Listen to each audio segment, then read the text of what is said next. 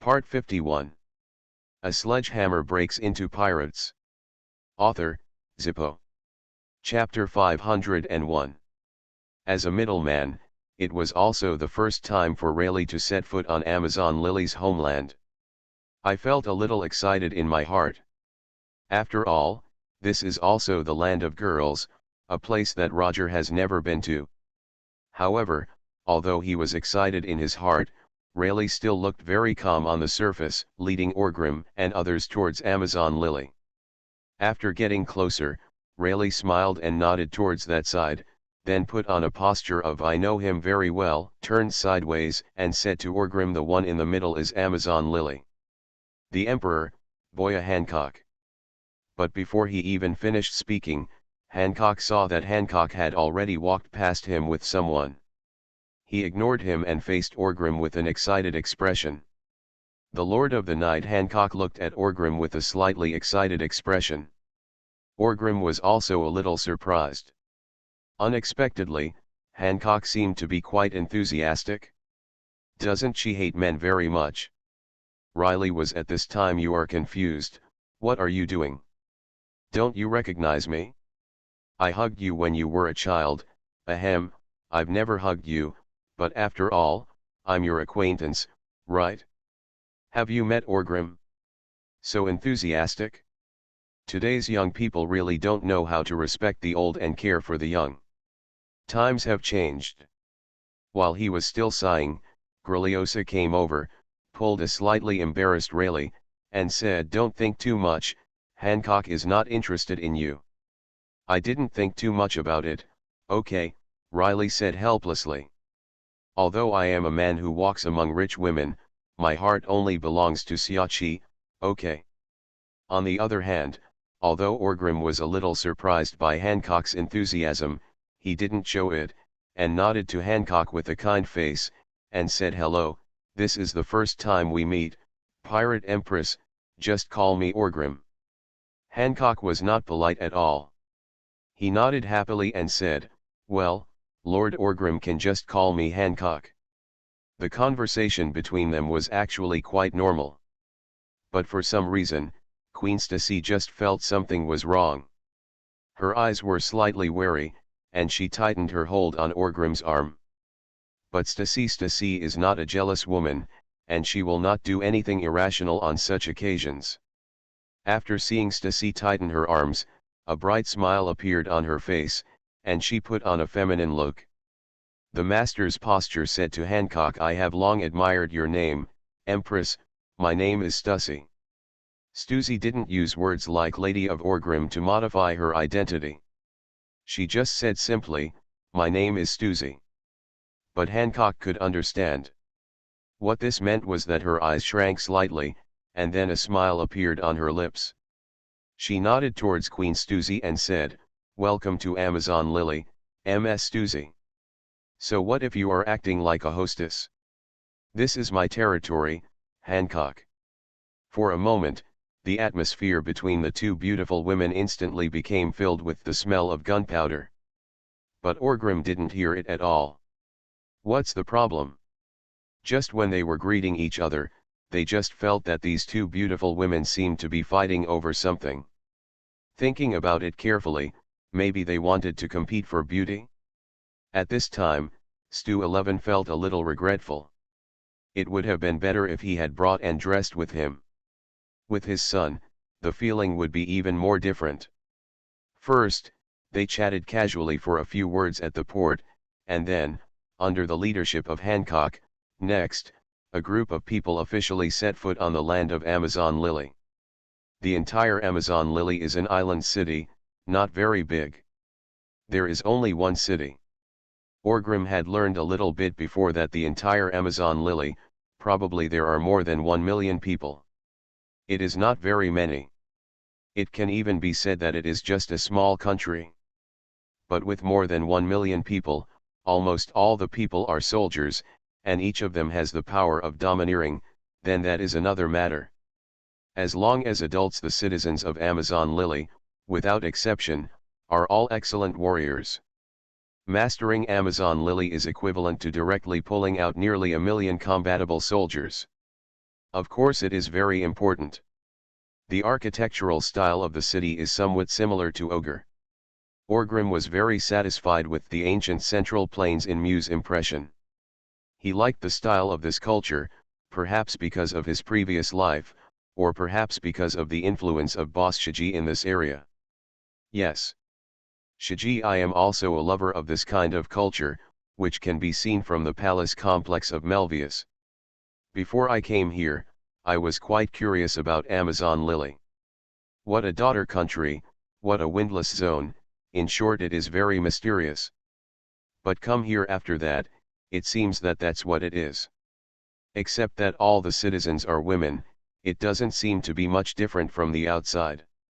The only thing that makes Orgrim feel that something is wrong is these Amazon Lily people always pay attention to him on the way down. Is it because of curiosity? Have you never seen a man? It's not a meal, but Hancock still prepared a banquet. The warriors of Amazon Lily displayed at the banquet. They talked about the war dance of their unique culture. Orgrim and others also sat together, showing admiration. After eating and drinking for a while, they became more familiar with each other, and the topic was also under the guidance of Rayleigh and Grilliosa. We started to get down to business. Back then, it was thanks to Orgrim that we were able to find out the news about your three sisters in Marijoya, Rayleigh said with a smile. Grilliosa nodded, as if she was right. The third sister Hancock was sitting together at this time. After hearing this painful topic, there was no look of impatience on her face. On the contrary, she looked very grateful. You could even faintly see some moist tears around her eyes. Perhaps for Orgrim, he just wanted to make Rayleigh owe him a favor and casually asked Dover to inquire about the news. But for the three Hancock sisters who are in hell, that is a saving light. Over the years, I have never had the chance to see Orgrim or say thank you. The gratitude in my heart was finally vented at this time. I saw Hancock reaching out and wiping the corners of his eyes, and said very sincerely, no matter what, Lord Orgrim, you are the benefactor of me and my sisters. Over the years, we three sisters have always wanted to tell you personally. Thank you. Orgrim was a little embarrassed by this formation. After all, he really didn't do anything, he just made a few phone calls. Ahem, you're welcome. Helping others is the foundation of happiness. My Orgrim creed is to do one good deed every day, Orgrim said shamelessly. But as soon as he finished speaking, everyone around him looked at him strangely. Helping others is the foundation of happiness. Forget it. But you do a good deed every day, is that a little too much? Who doesn't know how evil your Orgrim name is? As the king of chaos, if you don't do one evil thing every day, you're already pretty good, okay. Stussy also reached out and pinched the soft flesh around Orgrim's waist in a funny way, then picked up the wine glass and said with a smile, he sometimes talks like this. Don't mind, everyone, let's let the past matter go. Let them pass, we all have to look forward, there is no need to mention these words again. Orgrim also said with a smile, yes, the past is in the past, there is no need to mention it again. Okay, we all have to look forward. The others did not pay attention to Orgrim's somewhat strange words. Anyway, they are not familiar with Orgrim. Maybe this is the daily life of a big boss. Maybe Orgrim has really escaped from some vulgar taste and does good deeds every day. All in all, the atmosphere among everyone at this time was still very friendly. It seems that the man is affectionate and the concubine is interested. After chatting for a while, Grilliosa, at Riley's signal, asked directly, Lord Orgrim, I don't know what you want to talk to us about when you come to Amazon Lily this time. Our important matter. Orgrim grinned and said with a smile, gee ha ha ha ha, then I have something to say directly, yes, I want to talk to you Amazon Lily. Regarding cooperation, if possible, I hope to reach an alliance with Amazon Lily, and even hope that you can enter the new world with my assistance. I think you all know that the new technology of the Navy can allow warships to free Orgrim is preparing to weigh the benefits to the Amazon Lily people. Let's discuss the situation. As a result, he didn't even finish his words. Seeing the excitement on Hancock's face, he said without hesitation, "No problem, Amazon Lily and the Nine Snakes pirates, are also very happy to cooperate with Avalon and the Warhammer pirates. Alliance." Orgrim was stunned. "What the hell? I haven't given any conditions, so you just give it to me for free? If you weren't the Emperor of Amazon Lily, I would have thought you were a traitor." Stussy also felt nervous. This Hancock is very courageous. She is not a vase. Looking at her strength and status as Emperor, she is no weaker than herself, who controlled Happy Street back then. A battle between the Queen and the Empress? If Hancock really wants to enter the New World like this and form a comprehensive alliance with the Warhammer pirates, no matter what angle he looked at, he had no reason to push this woman away from Orgrim. Because that would be too ignorant. In order to deal with the increasingly weird situation in the future, the Warhammer pirates need to unite more forces. But what if Queen Stussy gave up Orgrim like this and gave half of it to Hancock? She was a little reluctant. The Queen knows very well that she cannot stop this. Because this will not change Orgrim's will at all, and may even make Orgrim think that he does not understand the general situation. Therefore, if you want to deal with Hancock, you have to find another way. But no matter what, Hancock looks so beautiful. You are so beautiful and so strong, and you are backed by millions of Amazon Lily citizens. Isn't this a cheating life? How can you live by asking others? After thinking about it, Stussy felt that maybe it was time to find some allies for herself. If I can't defeat Hancock alone, can I lower the limit a little bit? Monet, Stussy secretly thought of the little secretary Orgrim got from Doflamingo. But there doesn't seem to be any particularly deep communication between him and Monet. After all, they haven't known each other for a long time. Not worthy of trust. What if she betrays her revolutionary friendship? Even if you really want to draw allies, you have to draw people you can trust. After thinking about it, Queen Stussy looked at Robin sitting next to her. At this time, Robin was carefully sticking out her tongue and trying the wine of Amazon Lily. Robin had no interest in what Orgrim and the others were talking about. On the contrary, she was more curious about Amazon Lily's culture, history, specialties, and other things. Seemingly noticing Queen Stussy's gaze, Robin looked at the Queen with some confusion, and asked doubtfully, "What's wrong, Sister Stussy?" An intriguing smile appeared on the corner of Stussy's lips. He shook his head and said, "It's nothing, I just remembered the revolutionary friendship between us, Robin-chan." "Robin? What kind of revolutionary friendship?" "A sledgehammer breaks into pirates." Author, Zippo. Chapter 502. Ahem, Orgrim coughed a little and finally came back to his senses. He felt that maybe Hancock didn't understand what he meant. As an alliance, we must make things clear and not vague. It will not be good if any problems arise.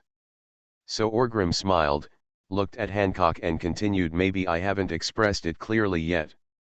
In fact, what I mean is that this kind of alliance is best like the same between me and Kaido, and the same as Dover. Become a true integration, a family.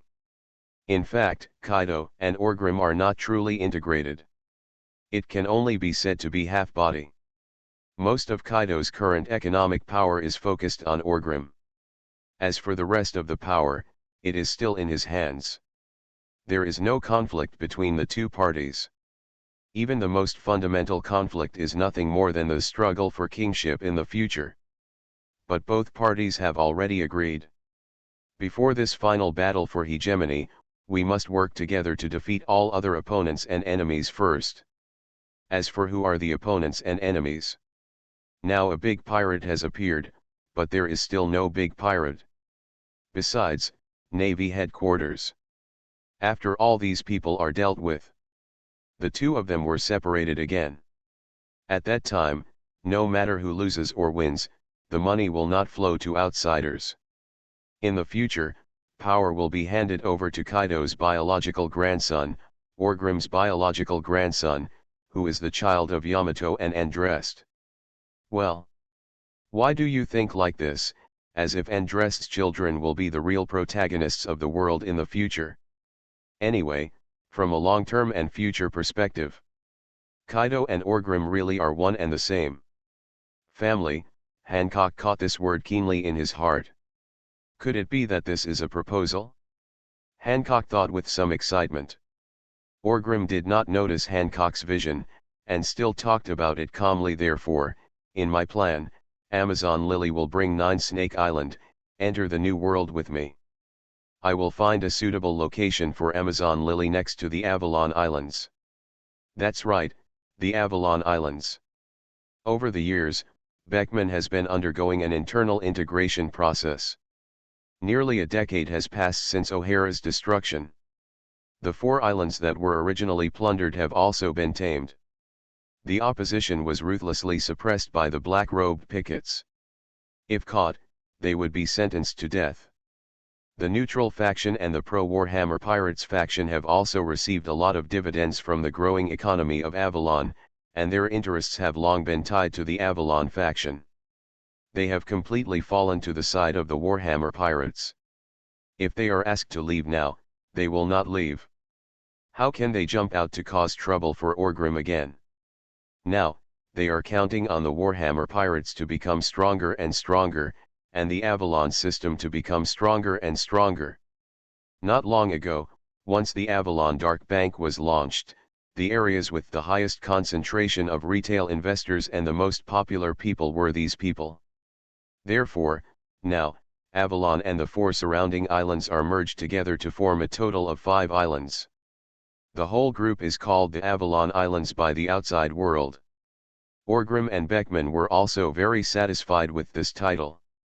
This title also represents their integration process over the past 10 years, which has been very successful.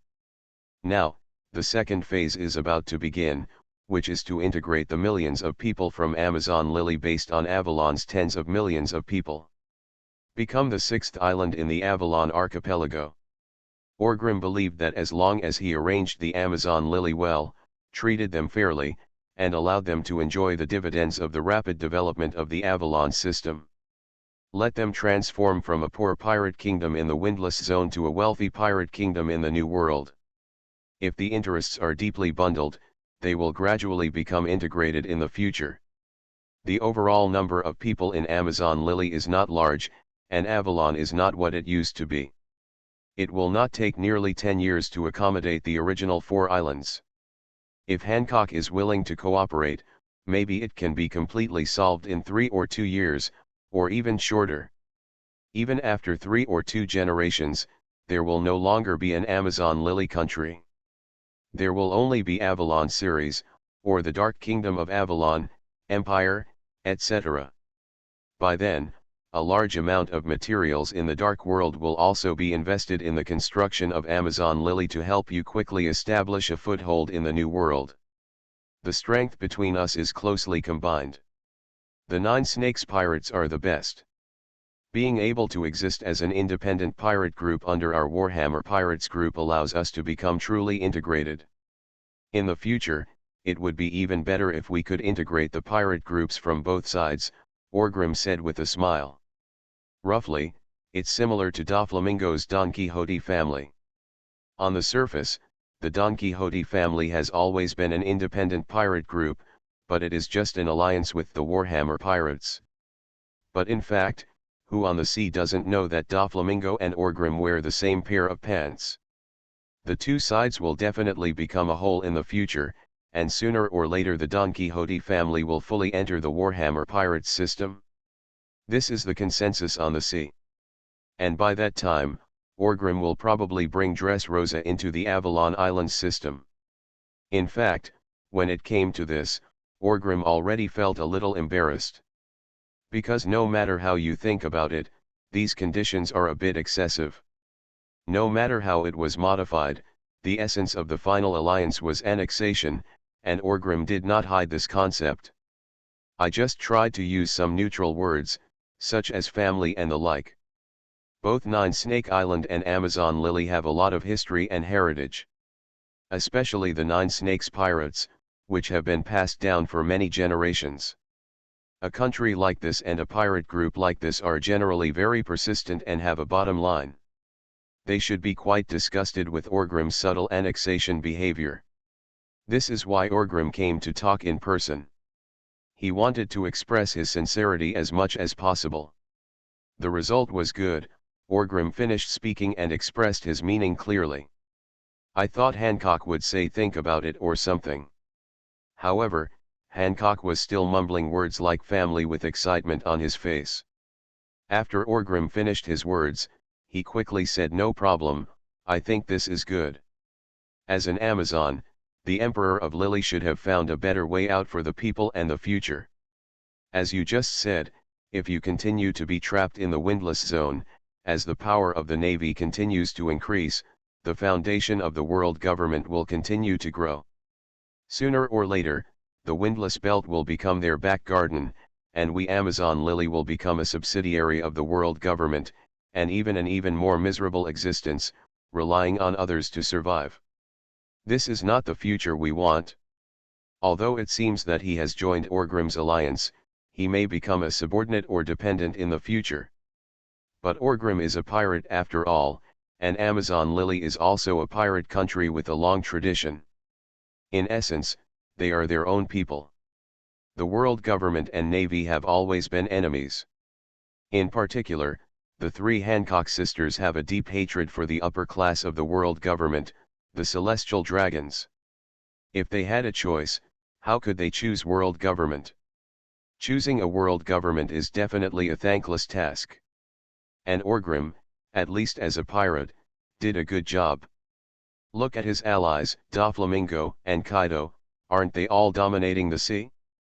It doesn't feel like being forced by the Warhammer pirates at all. What does this mean? It shows that the Warhammer pirates and Orgrim are very good to their allies. His methods are not that intense, not that cruel. Maybe it's still annexation, but at least it's tied up with benefits in a way that everyone can accept. This is enough for Amazon Lily, which is currently in a bad situation. And Orgrim's personal arrival can be regarded as full of sincerity. Of course, Hancock was already in a state of surrendering to the enemy at this time. But Amazon Lily is not without normal people. Grilliosa was silently digesting what Orgrim had just said. Although I feel a little uncomfortable, I have to say that Orgrim's words can be called above and above board. Perhaps, the road ahead for Amazon Lily lies there, right? If you stay in the windless zone, you can maintain your own national unity, but after all, this place is too small, so small that they can't know future. Only by jumping out of this cage can we welcome a new era, right? And the price, it's heavy enough. Amazon Lily will become the Avalon series. He was thinking in his mind, but his eyes were fixed on Orgrim. Judging from Amazon Lily's aesthetics, even the old woman Grilliosa has to admit that Orgrim is a very outstanding handsome man. In terms of age, although he is nearly 10 years older than Hancock, he still seems to be young. He is only almost 30 this year. If I have to say it, it can be called a talented man and a beautiful woman. Amazon Lily, joining the Avalon series, it doesn't matter. But if you want to get more attention and resources, you must show sufficient strength and ability. On the other hand, the upper-level route must be taken through. At this moment, Gilaliosa suddenly had a bold idea. What if Hancock became Orgrim's woman? The two of them may even have a child in the future, so isn't Amazon Lily's royal bloodline still on the Avalon side, maintaining the royal bloodline? That's right, although Orgrim didn't claim the title of king, nor did he ever found a nation in the true sense, there seems to be nothing wrong with calling him the royal family of the Kazgarot family. Avalon is like a deformed dark country. A long time ago, Doflamingo thought that this deformed dark country could not last long. But at that time, the answer he got was, What does the country of pirates want for the long term? Now, it seems that Avalon has passed the period of uncertain future and is moving towards a country that can rule and develop for a long time. It is still deformed, but this so-called deformity is just relative to the average country. Looking at it from another perspective, isn't it a completely new path? It's just that the road ahead has never been taken by anyone. The people of Avalon are cutting through the thorns and breaking the road. Perhaps one day in the future, Orgrim will carry out his title of Pirate Emperor in a practical sense? Who can say for sure? And by then, if Hancock really becomes a member of the Kazgro family. Isn't Amazon Lily's royal family the same as the Kazgros family's royal family? At that time, from a macro perspective, Amazon Lily has just changed its name. Who is annexing whom? Can it be clearly distinguished? I can't tell the difference. Thinking of this, Grilliosa seems to be able to accept the ending of Amazon Lily being included in the Warhammer Pirates group. Even thinking about it carefully, it's pretty good. Of course, Hancock has to work hard. Now it's not just your emotional problem, your personal problem concerns the entire country. Go ahead, Hancock. Take Orgrim. You are listening to Novels at Bless Up channel. Wish you happiness and luck. How do you feel about this novel? Please like and leave a comment. A sledgehammer breaks into pirates. Author, Zippo. Chapter 503. Sitting next to Grilliosa, Rayleigh looked at Grilliosa with a bit of hating that iron cannot be made into steel, and whispered, "Hey, I think Hancock is going to give his whole body to Orgrim. Aren't you going to take care of it?" Gilaliosa had already turned around in her mind. So she looked at Rayleigh with a strange look on her face and said, "Aren't you with Orgrim?" "Ahem, even so, but, I just feel a little uncomfortable," Riley said with some embarrassment. "Hancock is the emperor of our Amazon Lily, and her will is the will of our Amazon Lily, not to mention, I think this is pretty good." Gloriosa said some scene words. Listening to these words, Rayleigh felt extremely lonely. It seems that he is the only outsider in this huge Amazon Lily. Oh, it's uncomfortable. After the banquet, Orgrim she was wandering around Hancock's palace with Stussy, Robin, and Runty. As for Hancock, although in principle, she had agreed to Orgrim's proposal. Even though she is the emperor of Amazon Lily, she still has to go through the process. No matter what, we have to give an explanation to millions of people. So they went to discuss and prepare these things. Walking in the courtyard, Orgrim said a little strangely, "Although I had enough confidence to convince Amazon Lily before I came here, I thought there would be some twists and turns. How come I found out after I came here? Is it too smooth?" Queen Stussy was thinking about her little plan in her heart. After listening to Orgrim's words, there were no outsiders around now, so she didn't have to hide anything. She said with some sourness, "Why did it go so well? Isn't it because of that empress whose eyes are going to devour you?" "Have it?" Orgrim asked with some surprise. Although he felt that Hancock was very enthusiastic, he occasionally felt a little cowardly. How could it be as exaggerated as Stussy said? Orgrim didn't know. Hancock is indeed very enthusiastic, and her cringe is caused by the reminder of her painful past in some moments. "Of course, I am very keen in this regard," Stussy said angrily. "Ha ha ha ha, it seems that I am still very charming," Orgrim said with a smile. Snort. Queen Stussy snorted with dissatisfaction. Orgrim looked at her funny, rubbed her head and asked, "What's wrong? Is this beautiful queen jealous?" "Certainly. This is my right, isn't it?" Stussy said with a matter-of-fact expression. That's right," Orgrim said with a smile. Soon, Stussy was silent again, stretched out his hand to hold Orgrim's arm, leaned against Orgrim's arm, and said softly, "It's been a long time. I knew a long time ago that you definitely can't belong to me alone." Orgrim listened to Queen Stussy's words and did not respond. He didn't know how to speak about this kind of thing. Say something, it seems hypocritical. But what should I guarantee? In fact, he couldn't guarantee it. He didn't want to lie about this kind of thing. Just like when he faced Stussy's question, he answered calmly. Stussy didn't wait for Orgrim to respond, but continued to mind his own business and said, "You've been doing a lot of mischief outside over the years, right? Especially with that bastard Dover." Orgrim actually smiled awkwardly this time. "Mom sells batches, who betrays me?" He thought he was quite secretive when he was fooling around with Dover. Now it seems that it's just that the Queen didn't pursue the matter. "I know that those women can't possibly pose any threat to me. No matter how good you are outside, you know how to go home, so I can tolerate these, including Britannia and the others," Stussy said softly. Orgrim still didn't speak, but his heart felt warm. Take this world and this era. In fact, he, Orgrim, is already a pretty good man. At least as a pirate, he still maintains the respect of Stussy as a real wife. Never lose Stussy's face outside.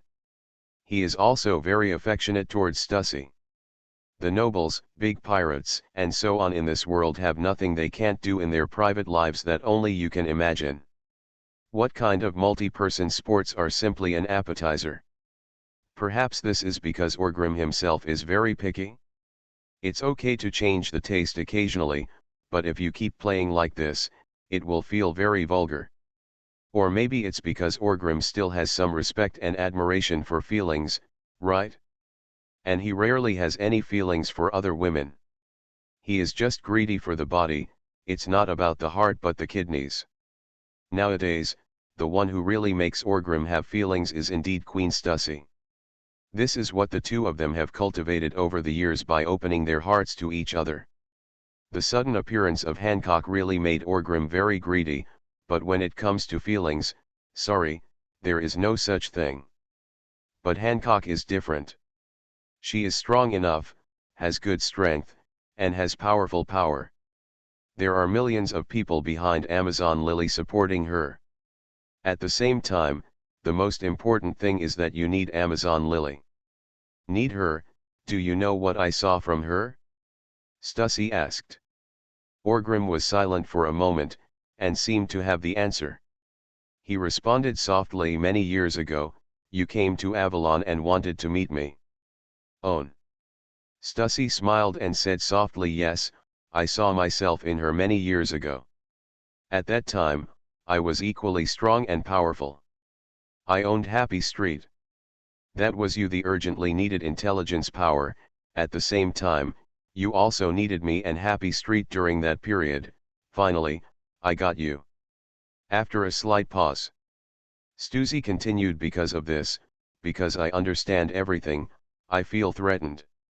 Hancock is the only person who can threaten me in so many years. Afraid that she will snatch you away from me, because she is so young and so beautiful, even I can't help but feel moved, let alone you."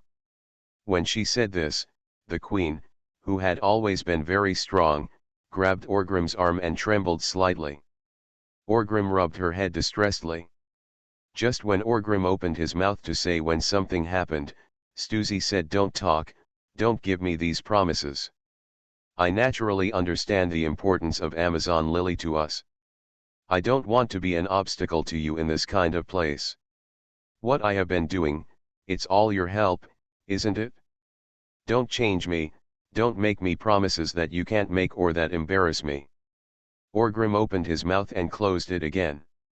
Queen Stussy smiled and said, "So, I just need a little guarantee from you, Lord Hammer." She called Orgrim Lord Hammer again after a long absence, which made Orgrim felt a softness in his heart and said softly, "If you say it, I will definitely promise you."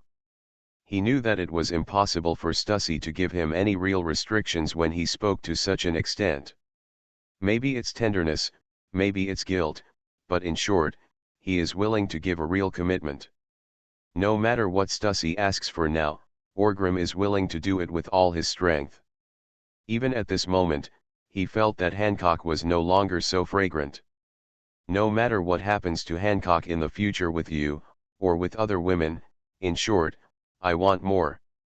There should be more preference and more love. No matter how good you are to her, you should be better to me. Only in this way will I not be so sad. Stussy looked into Orgrim's eyes and said stubbornly.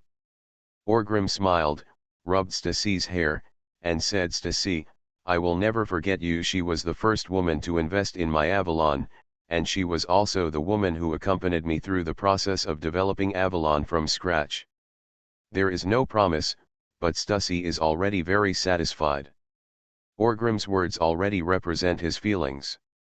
But just when Orgrim was a little moved, Stussy suddenly pushing Orgrim's arm away, he said arrogantly, but I'm not someone to be bullied. If Hancock wants to get my approval, it depends on her ability. Orgrim looked blankly at rude Stussy, who hadn't appeared for a long time, and finally smiled and said, these are just your sense of crisis. What will really happen is not yet certain. What will really happen has been determined. Orgrim, Hancock is not Doflamingo. No matter what, if you want to absorb the 9 Snakes pirates and completely accommodate Amazon Lily, there is only one way for this daughter country, only this path can truly make us one. You know it yourself. Stop saying these comforting words to me. I am not so fragile. Stussy said with an expression that I had already seen through. But Stussy did not say anything. That is, even if it's Doflamingo, aren't you still making final preparations? Is the matchmaking between Neiman and Doflamingo really just because you admire Doflamingo and want to find someone worthy of trusting Neiman? Maybe there is such a reason, but it is definitely not just because of this reason. It's because you want to turn Doflamingo into your family in a real sense, isn't it? The bundling of interests and the integration of family ties are your real purpose. Even Doflamingo, who has been with you for many years, feels like a brother, and has one heart and one heart. You must be prepared for this last step. So how could Hancock be an exception? In essence, you, Orgrim, have always been a hero. How could you leave a flaw in this last resort? Orgrim looked at Queen Stacy, finally smiled, and said, you're right. Yes, no matter how you calculate it, if you want to completely win over Amazon Lily, you will definitely not be able to avoid this hurdle. How could Orgrim leave such a flaw? Let's put an end to the problem from the very beginning to avoid any real division in the future. Of course, maybe even if we become a family, this kind of problem will not happen tens or hundreds of years later. But Orgrim just needs to do what he should do. Just do your best and obey fate. One generation can do the things of one generation, and it is impossible for Orgrim to arrange everything for hundreds of years in one go. The world government is so bullish, but it's not that powerful. Not far away, Robin was observing Orgrim and Queen Stussy. She was holding a small notebook in her hand, and she recorded something in it. After a long time, Robin shook his head with regret and whispered softly, human observation, on the love side, it's a total failure. I can't understand it at all. What is this situation? What does it mean to like someone and love someone? Isn't this simple? Don't you know if you love yourself? How can observation come faster than practice? Runty suddenly appeared next to Robin and spoke like a little adult. Robin was stunned for a moment after hearing what this little lowly said, but in the end he shook his head with a smile and said, you are a kid, but you are a kid. A Sledgehammer Breaks into Pirates. Author, Zippo. Chapter 504. Windless Zone, near the waters of Nine Snake Island. A Navy warship was quietly sailing towards the island. Porosalino, wearing a yellow striped suit, orange sunglasses, and a navy cloak of justice. He was now standing on the deck. He has been famous for Nine Snake Island and Amazon Lily for a long time. But here, this is really the first time. Looking at Nine Snakes Island from a distance, the word Nine Snakes is written on the cliff, which is magnificent. The woman who destroyed her country the first time she went to sea was really cruel, even though she was so beautiful, but so terrible, Porisalino whispered in a strange voice. General, do we want to go over and land? Lieutenant General Flying Squirrel followed Porisalino and asked. Porisalino smiled and said, why don't you go and land? After listening to Porisalino's words, Lieutenant General Flying Squirrel smiled sheepishly. He really wanted to go up, but that was the daughter's country, and there were millions of troops. On the sea, they didn't have enough battleships. Yes, what? He was afraid of losing his life when he went to the island. Although it is a country of pirates, this time, we came with the sincerity of letting them join the Shichibukai. How can we respect their customs? Porisalino said with a smile. After a short pause, Porisalino said, there is another small island next to Nine Snakes Island. Send a signal and tell the Amazon Lily people that we will land there. Yes, General, Lieutenant General Flying Squirrel said with a smile. Soon, Amazon Lily's people also observed this Navy warship. Recently, Navy warships have always been around here, and they were not particularly surprised. There was only one ship. That's all. They couldn't be here to attack Amazon Lily, right? But not long after, they discovered that the Navy warship was still approaching Nine Snakes Island, and then, a signal flare flew out from the warship. Then it landed far away on a small island next to Nine Snake Island. The Navy is going to land on that island. Quick, go and report it to Lady Snake, the female warrior guarding the port quickly ordered. Not long after, when Porisalino landed on the island, Hancock also sailed toward the island with an angry look on his face. Princess, do you really not need to inform Lord Orgrim? Sundasonia asked worriedly as she followed Hancock. Yes, Princess, it seems that she is Admiral Kizaru, very powerful. Marigold couldn't help but speak. Hancock had a dark and angry look on his face and said in a deep voice, indeed, I should have told Lord Orgrim, but, now, our Amazon Lily, our Kuja pirates, have not joined the Warhammer pirates yet. First of all, Hancock didn't know what the Navy was here for. Secondly, maybe even if they fight, she still has to show her strength. Even if you lose then, it doesn't matter. Nine Snakes Island is very close. If you really want to take action, Orgrim can't not notice it. But if you don't even have the courage to fight, you can fight Orgrim as soon as you come up. Grim's words for help. It will only make Orgrim look down on their Nine Snakes pirates. Therefore, Hancock did not go to Orgrim for help, but angrily headed towards Porisalino. Listening to Hancock's words, Marigold and Sandasonia stopped talking. Just secretly prepared to fight. Sister Huang, what did the Navy General want to do when he suddenly came here? Attack us? Sundasonia asked again. Probably not, otherwise there wouldn't be only one ship. If nothing unexpected happens, maybe he is here to recruit me to join the King's Shichibukai. Hancock thought for a while and said. As soon as Hancock finished speaking, Marigold said angrily, they are really dreaming. Yes, they are dreaming. A cold look flashed in Hancock's eyes, and he said with a very hateful tone. If there were no Orgrim and no Warhammer pirates, maybe for the sake of Amazon Lily, she, Hancock, would finally choose to wrong herself and join the king. Shichibukai. But now that there is a way out, how can she bow to her enemy? Admiral. Well, let me measure how far I am from the highest combat power of you world governments. There's a gap. Soon, the ship of the Nine Snakes pirates docked at the edge of the island. Not far away, it was the huge warship of the Navy headquarters.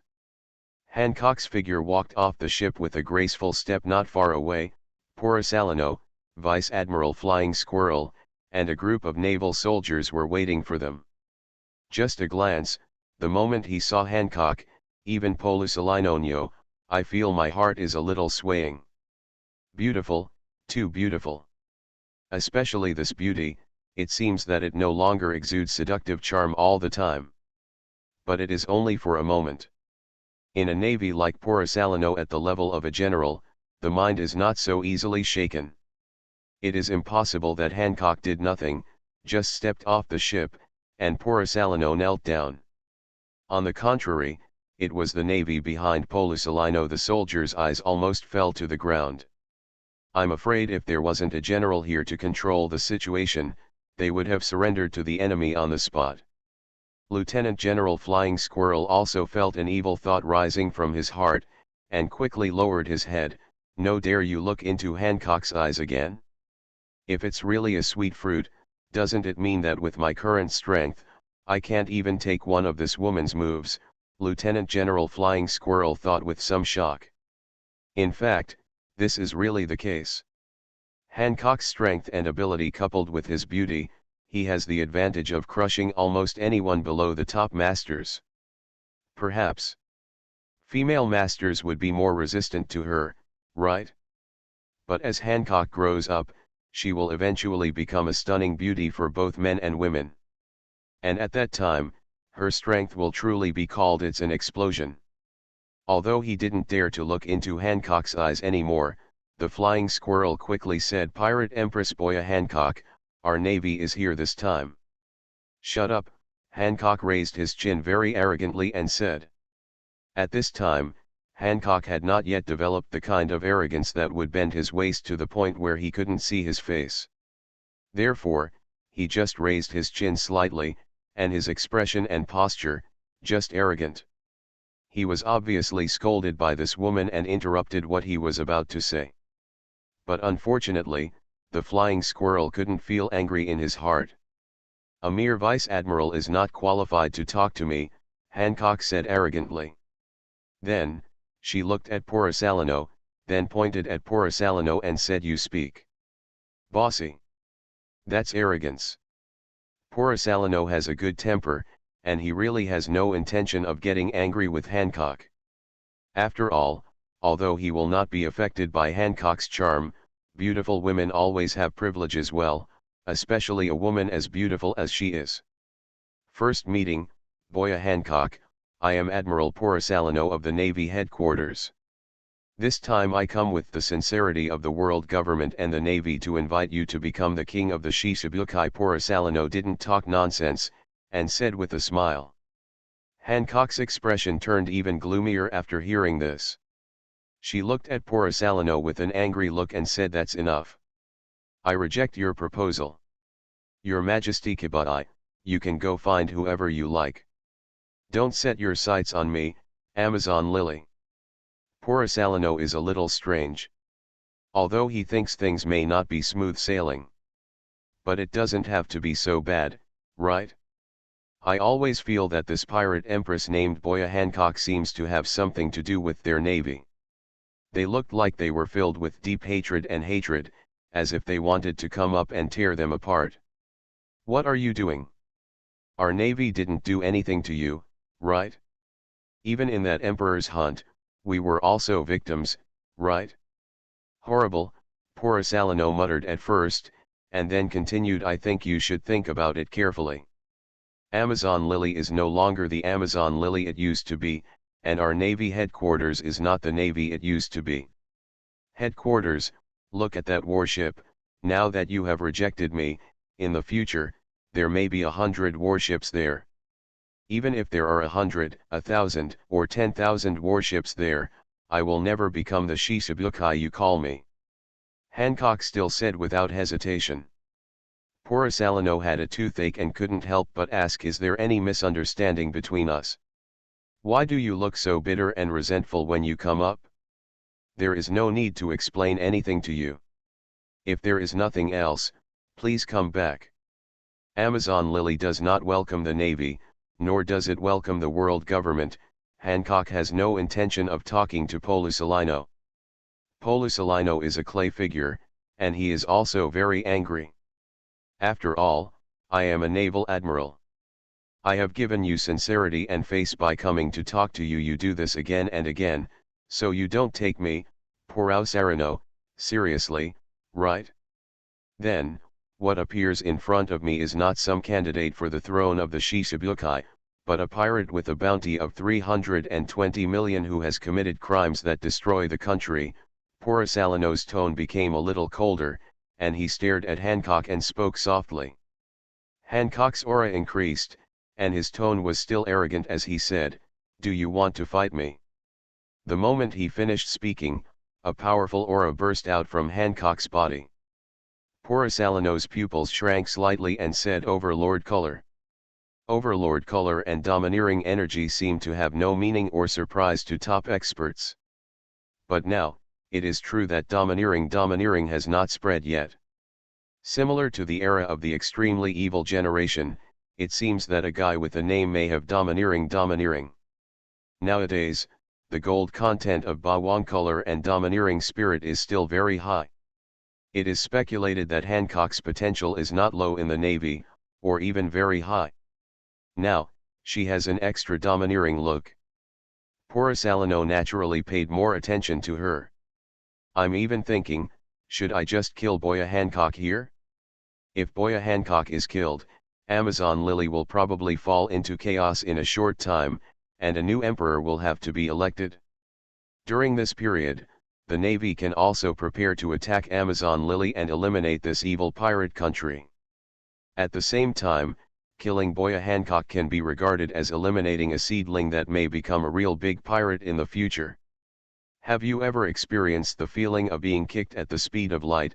Salano suddenly asked. Hancock's brows frowned slightly, but the next moment, his expression became serious. Because when Salano's voice fell, his figure also appeared in the golden light. Disappeared. "Admiral, when it comes to taking action, he will not hesitate." There was a strong wind in his ears. Hancock's eyes did not follow Salano's speed. But her reaction was as fast as Salano's. Up. Just when Salano was about to sweep out and kick Hancock on the head, Hancock's figure moved. Her waist fell back very softly, and her hands deftly supported her.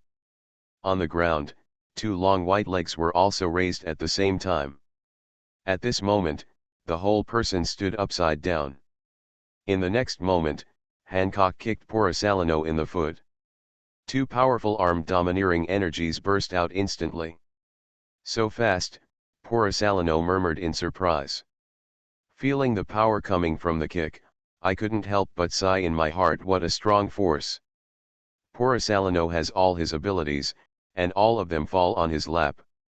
And coincidentally, so does Hancock. At the same time, on Nine Snakes Island, Orgrim glanced into the distance strangely and whispered, "Overlord color. A sledgehammer breaks into pirates." Author, Zippo. Chapter 505. After blocking Salano's kick with one foot, Hancock instantly felt a powerful force coming from his legs. In the blink of an eye, the ground she was holding on with her hands shattered. With just one contact, Hancock knew that he was no match for Salano in terms of kick power. Therefore, there was no choice of wrestling and stalemate. Salano was standing on the ground at this time, so he only had one leg to kick. But Hancock had her hands on the ground, and she had two legs to kick. So at the moment when he felt that Salano couldn't be kicked, Hancock's other leg kicked Salano's chest without hesitation. He has obviously only been to sea once, but he seems to have a lot of combat experience, Salano thought in his heart. At the same time, he raised an arm, wrapped in armed domineering, and blocked it in front of his chest, blocking Hancock's kick. By the way, Amazon Lily is a country of warriors after all, Salano got the answer in his heart again. Hancock was very fast. This kick failed, and his style was very decisive. He exerted force with his hands again, and the figure flew backwards. It spun twice in the air and landed firmly on the ground. The cheongsam rippled twice, making the eyes of those who looked at it warm. "Will the Admiral only do sneak attacks? How ungraceful!" Hancock said disdainfully. However, the moment the words fell, a light flashed in her eyes. She exerted force with her feet, carrying an inexplicable energy wave on her body, and rushed directly towards Salano, kicking her again. "Kick out!" I thought you already understood the difference in strength between us. Porisalano said something funny. Then, the kick aimed at Hancock was also met with a kick. Lightspeed kick, Porisalano said with a smile. Emperor smashing kick, Hancock shouted violently. After the words fell, the two of them intertwined their feet, and their ankles collided together instantly. A powerful impact burst out together. But Porisalano's expression suddenly changed. After a moment, a surprised light flashed in his eyes, and he immediately withdrew the force, and the figure pulled back a certain distance. It looked as if he was defeated by Hancock's kick. But in fact, it's just that Porisalano felt the danger and chose to avoid it. After pulling away, Porisalano glanced at his feet and saw that a corner of the yellow striped suit pants at the ankles had turned into thin sheets. Thin pieces of stone. He shook a little, and the trousers fell to pieces on the ground. This is sweet fruit. Porisalano was a little surprised. He is a natural type person with the shining fruit ability, and his clothes would naturally have been elementalized. Otherwise, if he was stabbed, he would be fine, but his pants would fall to the ground. How embarrassing would that be? But unexpectedly, Hancock's kick actually affected him. It wasn't the petrification caused by the charm, but the petrification caused by the charm, the power of attachment. Can it actually turn light into stone? Admiral, Hancock mocked with an arrogant smile on his lips. Porisalano didn't pay attention to this. This time, he didn't use speed to approach Hancock and then kick him. On the contrary, his hands flashed with golden light, and he raised his hands and shot two golden lights at Hancock. Hancock's movements were not slow. At the same time as the golden light flew towards him, his long and slender legs shot directly into the air. Down. He kicked the flying golden light with both feet. Sure enough, just as Porisalano guessed, the invisible light beam was turned into stones by Hancock. This power, horrible, Porisalano thought in his heart. Now, it is certain that the power used by Hancock is not the Medusa of the Phantom Beast type. It is definitely the sweet fruit of the superhuman type. And sweet, the power of the sweet fruit seemed to be a bit beyond his expectation. Originally, he thought it would be used in conjunction with the power of charm to turn people to stone. Unexpectedly, Hancock's use of the ability was already powerful enough to turn the power of petrification into stone. It is used in a way of attachment. Can anything she kicks be petrified? Whether it is light in concept or a person in reality. In fact, this is really the case. Hancock's petrification power is not only triggered when you have thoughts about her. During the future battle at Marineford. In the chaotic battlefield, when no one reacted or noticed her, Hancock kicked her without distinguishing between friend and foe, knocking out all the navy and pirates. At that moment, naturally there are no charming thoughts, but the sweet fruit is still effective. It can even have an effect on war machines like the PX pacifist. It is conceivable that the petrification of sweet fruits is not limited to the scope of charm. So when fighting with this kind of people, we should try to reduce contact as much as possible. Armed Haki should be able to resist. Porisalano quickly analyzed Hancock's combat capabilities. Tiankongyun sword, Porisalano was thinking about it, and the movements in his hands were not slow. He closed his hands and opened them again, and in an instant a lightsaber formed in front of him. At the same time, Hancock also brought up a whirlwind under his feet. He quickly moved towards Porisalano and kicked out with two kicks. The Tiankongyun sword in Porisalano's hand raised his hand and struck twice, accurately blocking Hancock's kick. Then, I saw broken stones falling from the Tiankongyun sword. But the connection is almost seamless, and the powerful beam energy fills the Tiankongyun sword completely. Void light slash. Porisalano said softly. The Tiankongyun sword, which was originally held up by Hancock's kick, instantly became blurred, from a solid beam of light to an invisible light. In an instant, the phantom of Tiancong directly penetrated Hancock's long white legs, and the blade slashed towards Hancock's chest. The moment it penetrated the leg, the phantom light solidified instantly. This the kind of knife can be said to be hard to guard against. Not good, Hancock was shocked. Fortunately, her figure was very soft, like an anaconda. Just as the beam blade cut her chest open, she twisted her waist and rubbed the blade to avoid the blow. If her breasts were even a little bigger, she would probably be injured by this guy Porosalino. But before Hancock could regain his posture, Porosalino's voice had already reached her ears. "Let's see how you hide this time, Lightspeed kick," Porosalino said softly. The moment he finished speaking, Hancock felt the pain in his waist. The powerful kick force was poured directly into her body. There was a stream of blood at the corner of Hancock's mouth. The next moment, her figure was kicked away by Porosalino like a cannonball.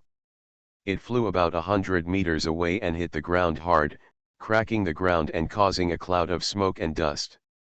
And Porosalino was even more unyielding when he gained the upper hand.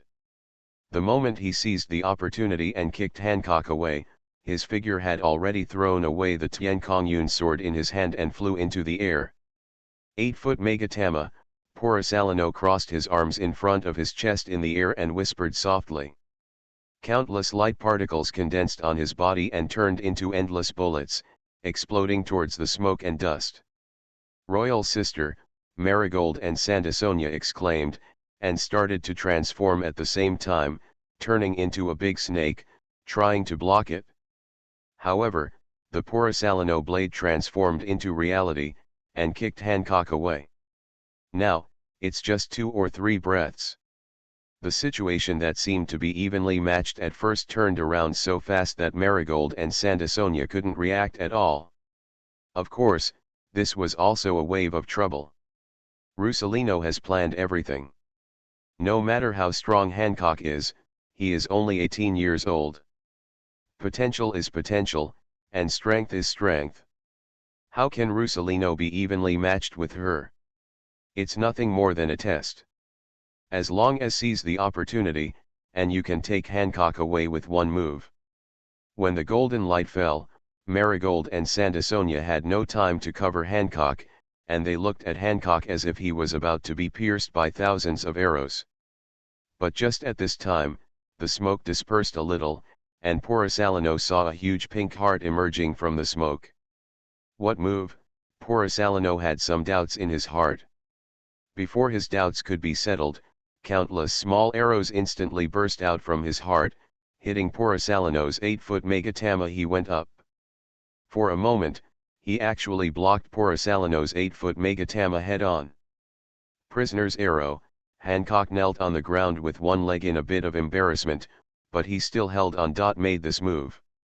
The power of the sweet fruit turned into countless small arrows and flew into the air, blocking and petrifying countless light beams falling from the sky. Interesting, Porosalino said with a smile on his lips. However, as the words fell, Porosalino raised his hand in the air and shot out 2 lasers. Unlike the 8-foot Megatama, the laser is faster and more powerful. Hancock only blocked one of the 2 laser beams. The other one instantly hit the huge pink heart. The next second, a fierce explosion blew Hancock away.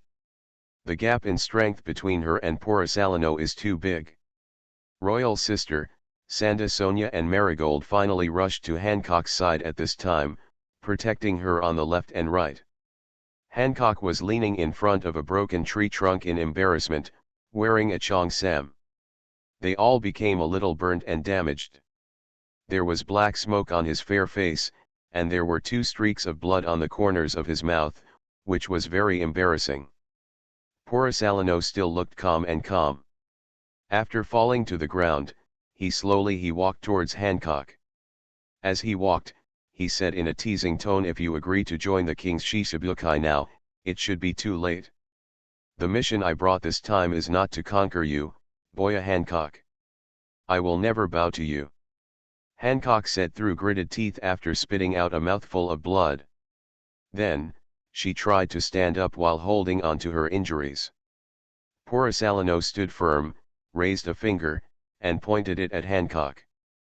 On Cook's side, golden light shines on his fingertips. That's really a pity, but I also think that with your strength, you may not be able to take on the important responsibilities of King Shishibukai. Maybe in 2 years, you can be stronger, but you don't have this time, Porisalano said with a smile on his lips. At this moment, Porisalano suddenly noticed that there was a look of surprise in the eyes of the 3 Hancock sisters opposite. This battle? There was no pressure, so Porisalano did not activate anything like the haki of knowledge. The moment he saw the changes in the expressions of the 3 sisters, Porisalano also heard the footsteps coming from behind. Haven't seen you for a long time, Porisalano. It was a very plain sentence, just like a friend who hadn't seen him for a long time and said hello with a smile when he met by chance. But Porisalano's face suddenly became serious. There was even some annoyance in his eyes. Look. What's going on? Why do I always seem to run into this guy every time I go on a field mission alone? Is it so destined? Yes, although he didn't look back, Porisalano just listened to this voice. You already know who it is. Hosgarot Orgrim. You are listening to novels at Bless Up channel. Wish you happiness and luck. How do you feel about this novel? Please like and leave a comment.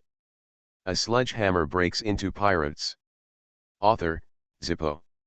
Chapter 506. Porisalano did not look back, but said helplessly, do we have a special fate? Orgrim. Gee ha ha ha ha, maybe, Orgrim said with a smile.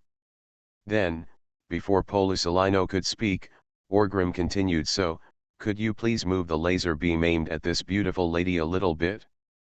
Porisalano. There was a smile on the corner of Porisalano's mouth, and he said softly, of course.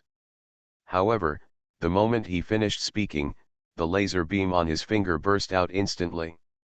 The target is Boa Hancock. Porisalano looks like a seasoned, bastard-like character. But at the critical moment, he was still extremely ruthless. He came with a mission this time, to invite Boya Hancock to join the King's Shishibukai. However, it seems that Hancock is very hostile to their navy and the world government.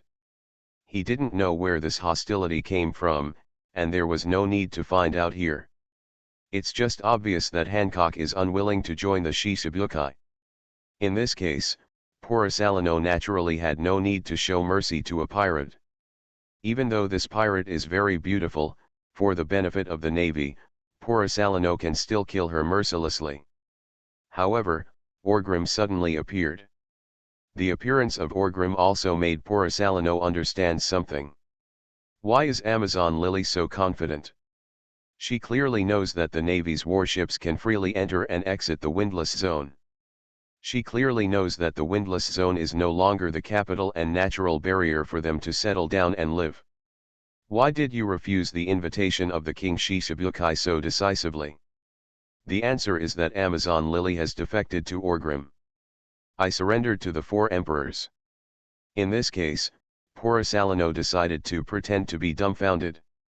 Anyway, the situation is not clear now, so I will directly take away this Boya Hancock. Orgrim, just collect the corpses. In this way, Orgrim's plan was broken. No matter how you calculate it, it's not a loss.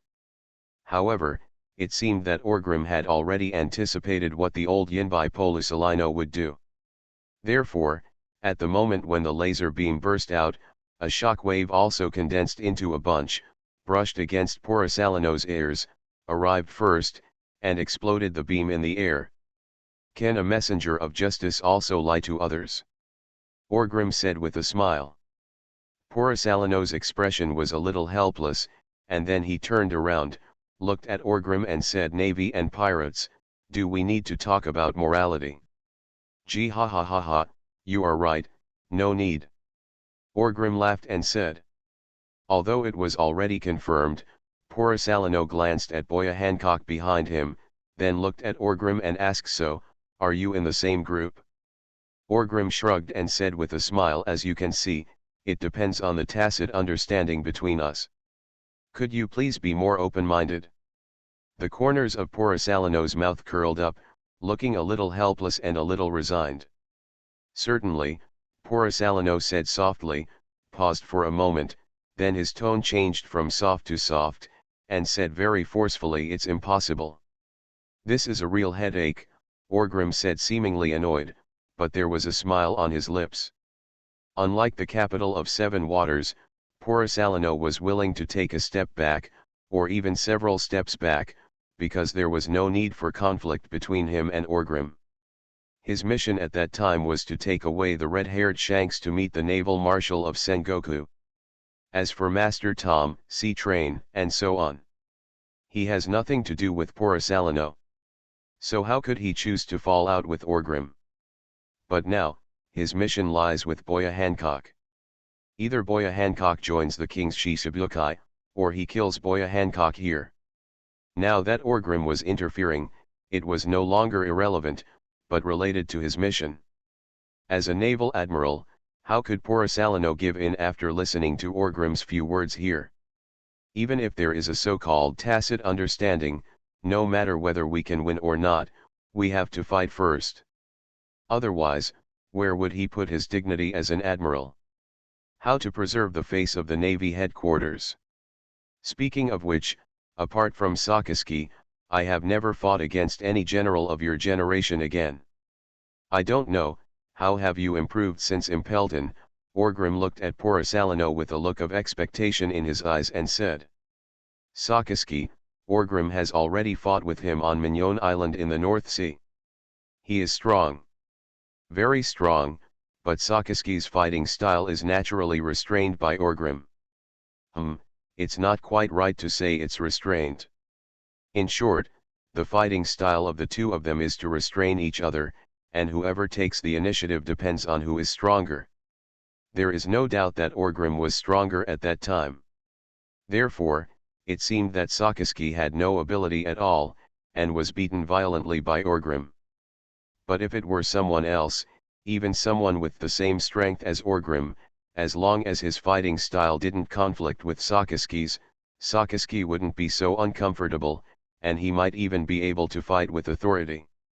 As for Porisalano, his fighting style seems to be different from Sakaski's. For Orgrim, Porisalano should be the most difficult one to deal with among the three current Navy generals. But precisely because it is difficult to deal with, Orgrim is looking forward to it even more. Porisalano stretched out his hand and scratched his head, and said helplessly, it seems that I have to have a good communication with you today, Orgrim. The moment the words fell, Porisalano's figure turned directly into a golden light, as if breaking through the limitations of time and space, and appeared next to Orgrim in an instant. At the same time, his left foot brought up the golden ball. The beam swept out and kicked Orgrim directly in the head. So fast? Hancock said in shock. She had also experienced Porisalano's attack method just now. Although her eyes couldn't follow her at that time, her body's reaction was. She thought that with this Admiral Porisalano, who was famous for his speed, was nothing more than that. But now, at the moment when Porisalano attacked Orgrim, the speed he showed far exceeded what he had just done to her. When he started, the speed he showed was several times and several steps higher. That's right, from the beginning to the end, Porisalano was not serious about Boya Hancock. Because he didn't need to be serious about Hancock. The gap cannot be filled casually. But when facing a truly top player like Orgrim, and having defeated his opponent before, Porisalano went all out and did not dare to be careless at all. Because, standing in front of him was Hajgro Orgrim, one of the strongest, the king of the night, who claimed that the night belonged to him. It was too late to say that, but it was too soon. Porisalano, the speed was indeed extremely fast, so fast that even Orgrim's eyes couldn't keep up. His eyes instinctively turned and looked to the side, wherever it hits the eye, golden light shines. There was no time for the body to make any movement to resist. However, Orgrim didn't feel much panic in his heart. With a thought, a powerful impact burst out of him instantly, venting the impact without any blind spots. It was like a human bomb exploded. Boom! A muffled sound. Porosalino's kick failed to actually go down, and he kicked on the shockwave that erupted. In this gap, Orgrim moved. He came without a warhammer, and his hands suddenly took on the aura of armed domineering. His body trembled, and his muscles exploded. The ground beneath his feet instantly shattered, and his hands also grabbed Porosalino's kick. Boom! The sound exploded. Wherever Orgrim's palm passed, the air was blown away. But Porosalino's reaction speed was also extremely fast. Before Orgrim could catch his kick, he transformed into golden light and quickly opened the distance from Orgrim. As soon as the figure appeared, several laser beams flew towards Orgrim's figure. Tigers roar and dragons roar, Orgrim shouted violently. He waved his arms against the laser beams. The power condensed from the impact entangled his arms, turning into tigers roaring in the mountains and forests and dragons rolling over the river. The beam with great energy was directly caught and exploded by Orgrim in the air. There was no pause in the action. The moment the beam was exploded, an impact force erupted from Orgrim's feet. Driven by the impact force, the powerful force he aroused turned into his speed, as if he wanted to forcefully knock away the space, and rushed straight towards Porosalino. What a cruel and brutal way of fighting, Porosalino sighed in his heart. Still dare not confront Orgrim touch. It's not that Porosalino is timid. It can even be said that there are very few people in this world who dare to have direct contact with Orgrim. Because that's retarded. Who doesn't know that Orgrim has always been known for his bravery in head-to-head confrontations? If you insist on confronting him head-on, isn't there something wrong with your brain? Think I'm Sakaski? So when Porosalino saw Orgrim rushing towards him, he did not hesitate, transformed into golden light, and shot out into the air, like a shining beam of light, piercing the sky. Orgrim followed closely, and powerful impact force continuously acted on him, superimposing layer by layer, accelerating his speed, squeezing and cracking the space, and sending out a series of sonic booms. Looking at the air at this time, the speed of the two people was so fast that they could no longer be seen clearly with the naked eye. Hancock was completely unable to observe what was going on. But it can be known that Orgrim and Porosalino have already fought fiercely. Because the golden light is shining in the sky, the impact force is constantly erupting, and the strong aftermath can be felt even on the ground. Sister Huang, are you okay? Marigold asked with some worry. Hancock shook his head and said, I just suffered some injuries, it's nothing. This is the Yonko and the Admiral? I am indeed still too weak, Hancock thought helplessly. But, she is still young, she is only 18 years old. 6 Prism Light Shield, Porosalino pushed outwards with his hands on his chest. A hexagonal light shield condensed with golden light blocked his face. At the same time, a powerful armed domineering force instantly covered it, and the light shield turned into darkness. But in the next moment, a powerful impact hit it, and the light shield was instantly filled with cracks. Then, Orgrim's fist penetrated the light shield in one go. But below there was a smile on Salino's lips. Astigmatism beam. As soon as he finished speaking, the broken light shield entangled directly on Orgrim's arm, like a shackle of light, trying to cuff Orgrim. It was too late, but it was soon. At the same time, Wave Rosalino's figure was reflected and appeared in the sky above Orgrim. Speed is power, Porosalino struck with the tomahawk and kicked Orgrim down. But Orgrim laughed loudly and said, "Gee ha ha ha ha, power is impact." Before he even finished speaking, the beam shackles on his arms were directly shattered by the powerful impact. Then, seizing the right opportunity, he raised his hand to face Porosalino's tomahawk kick. The punch hit with a powerful impact. Where the fist and foot met, an invisible wave of air exploded instantly. The sound was loud and invisible. For a moment, Hancock and others seemed to hear something deafening. There was an explosion, but it seemed that nothing was heard. Then, the impact was seen in circles in the sky, spreading towards the outside world. If it were on an island, the entire island would probably be swept away by the aftermath of the impact. A sledgehammer breaks into pirates. Author, Zippo. Chapter 507. Circles of impact spread out first. Then the aftermath radiated downwards, overwhelming all the trees on the island. At the same time, this powerful force also spread towards the sea. In just a short moment, huge waves were set off, breaking the calm sea surface in the windless zone and becoming turbulent. At this time, Lieutenant General Flying Squirrel had already boarded the warship with the Navy soldiers. Be prepared to withstand the impact of wind and waves. Warships leave the island and keep their distance. The Flying Squirrel withstood the pressure in the air and quickly ordered. He never expected that he would just come out casually to follow General Porisalino on a mission. He would meet the King of the Night, Kazgaros. Orgrim. The two sides even fought. What the hell, it's so uncomfortable. I have long heard that General Porisalino seems to be unlucky. Every time he goes on any field mission alone, he always encounters some accidents and occasionally bumps into big shots. I've seen it today, and I won't go on missions with General Porisalino in the future even if I die.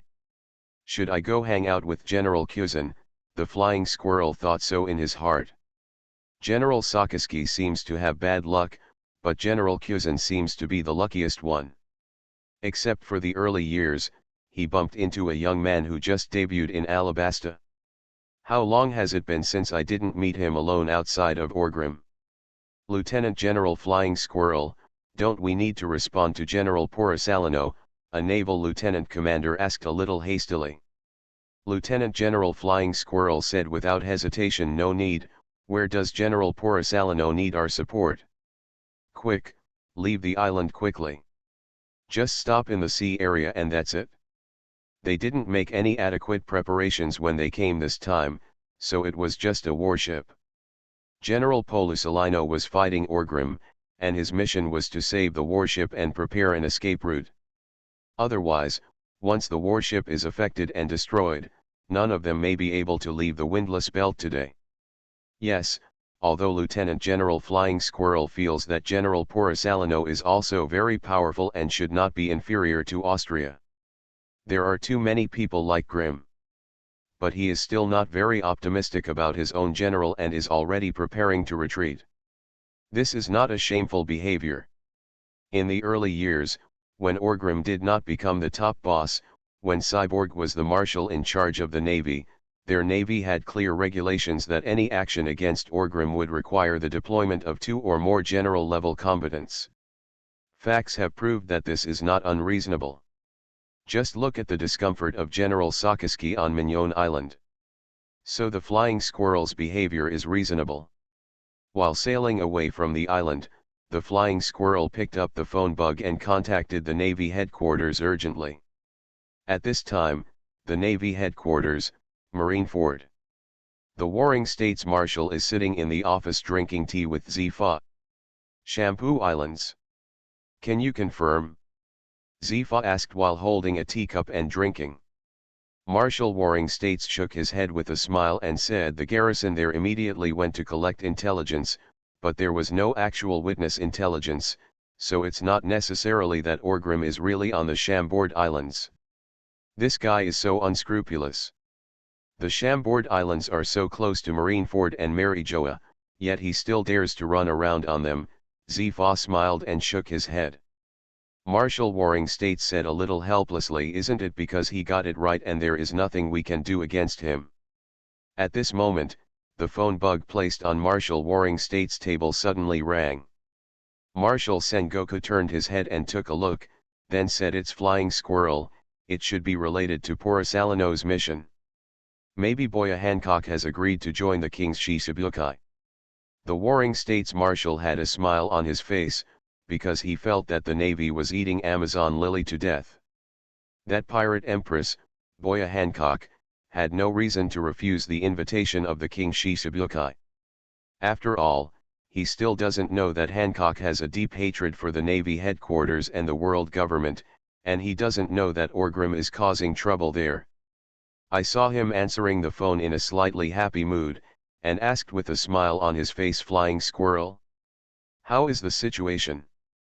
That Boya Hancock agreed to join. However, before Marshal Warring States could finish his question, Flying Squirrel hurriedly interrupted him and reported, "Marshal, the situation has changed. Kazgarot Orgrim is in Amazon Lily. According to judging from the situation, Amazon Lily has defected to Avalon, and General Polusalino is fighting with Orgrim. The current situation is chaotic and it is impossible to judge the situation." The Warring States Marshal originally looked like he was certain of victory. His face turned dark instantly. "What's going on? Didn't he say that Orgrim appeared in the Shampoo Islands a few days ago? I haven't found the person from the Shampoo Islands yet. He is in Amazon Lily? That Boa Hancock defected to Orgrim? Porisalino and Orgrim fight?" Marshal Warring States was caught off guard by this sudden chaos. But soon, Marshal Warring States reacted. Presumably the Navy's actions during this period also put some pressure on Orgrim.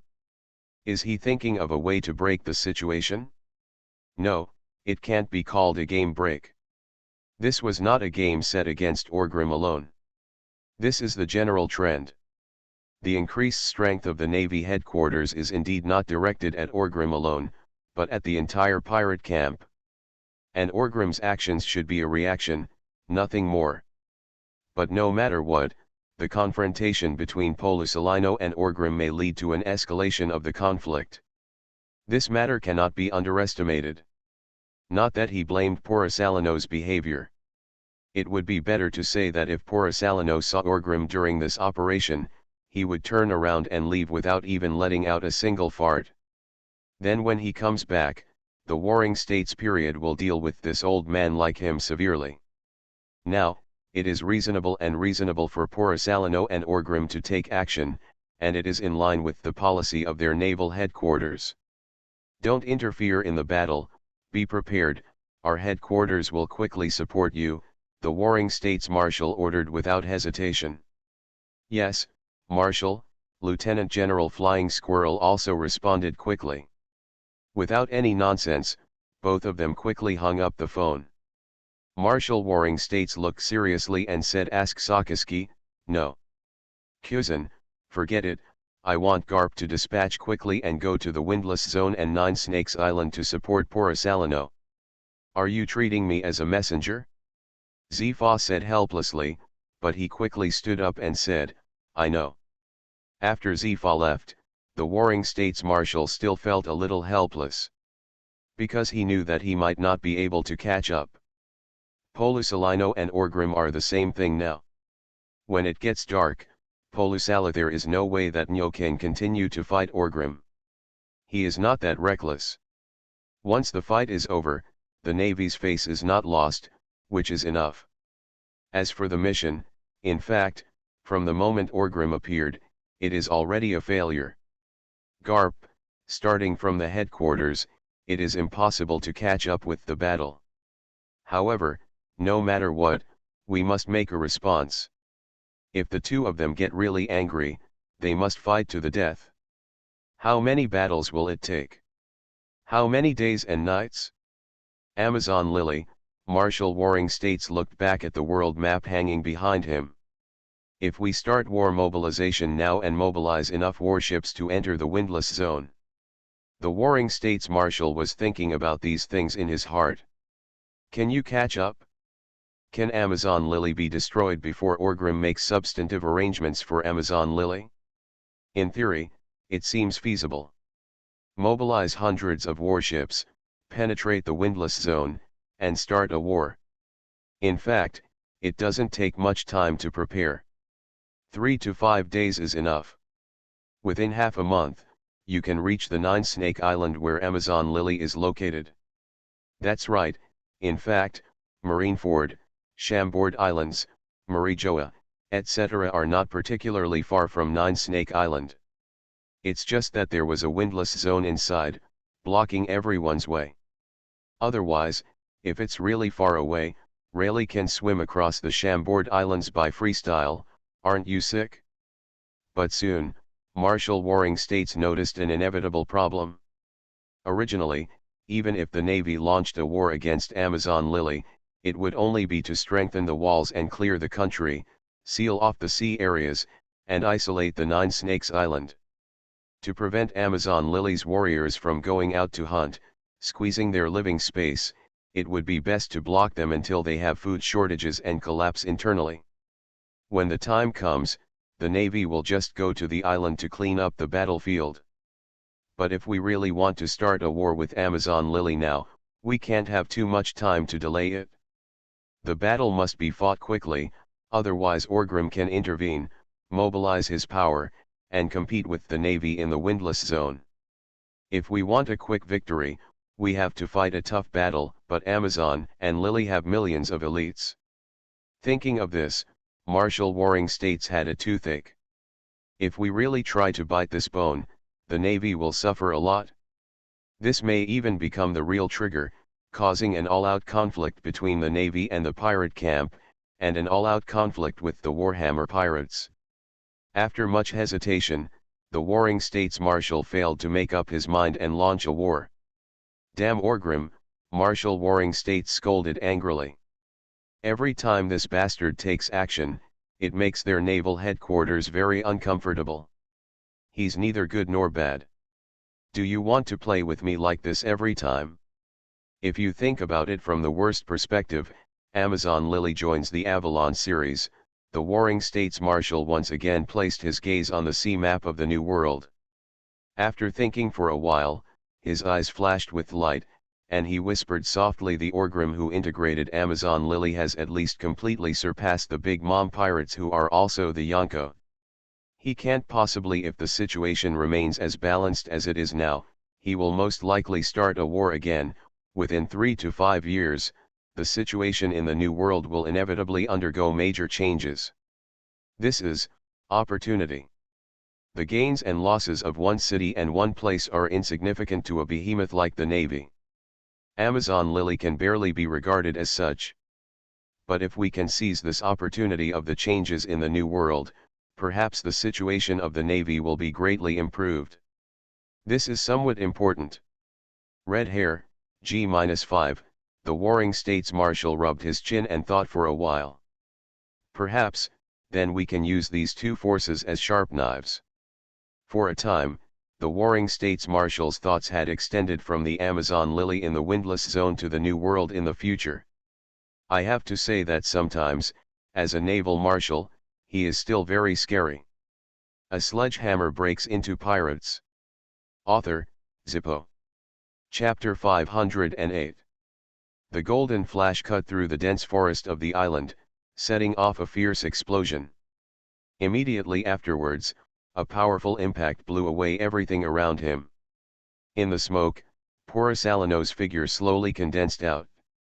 He didn't look embarrassed and was neat and tidy. Not far away, Orgrim's strong and mighty body looked towards Porosalino with a smile. "You have become much stronger than you were back then," Orgrim said with an evil smile.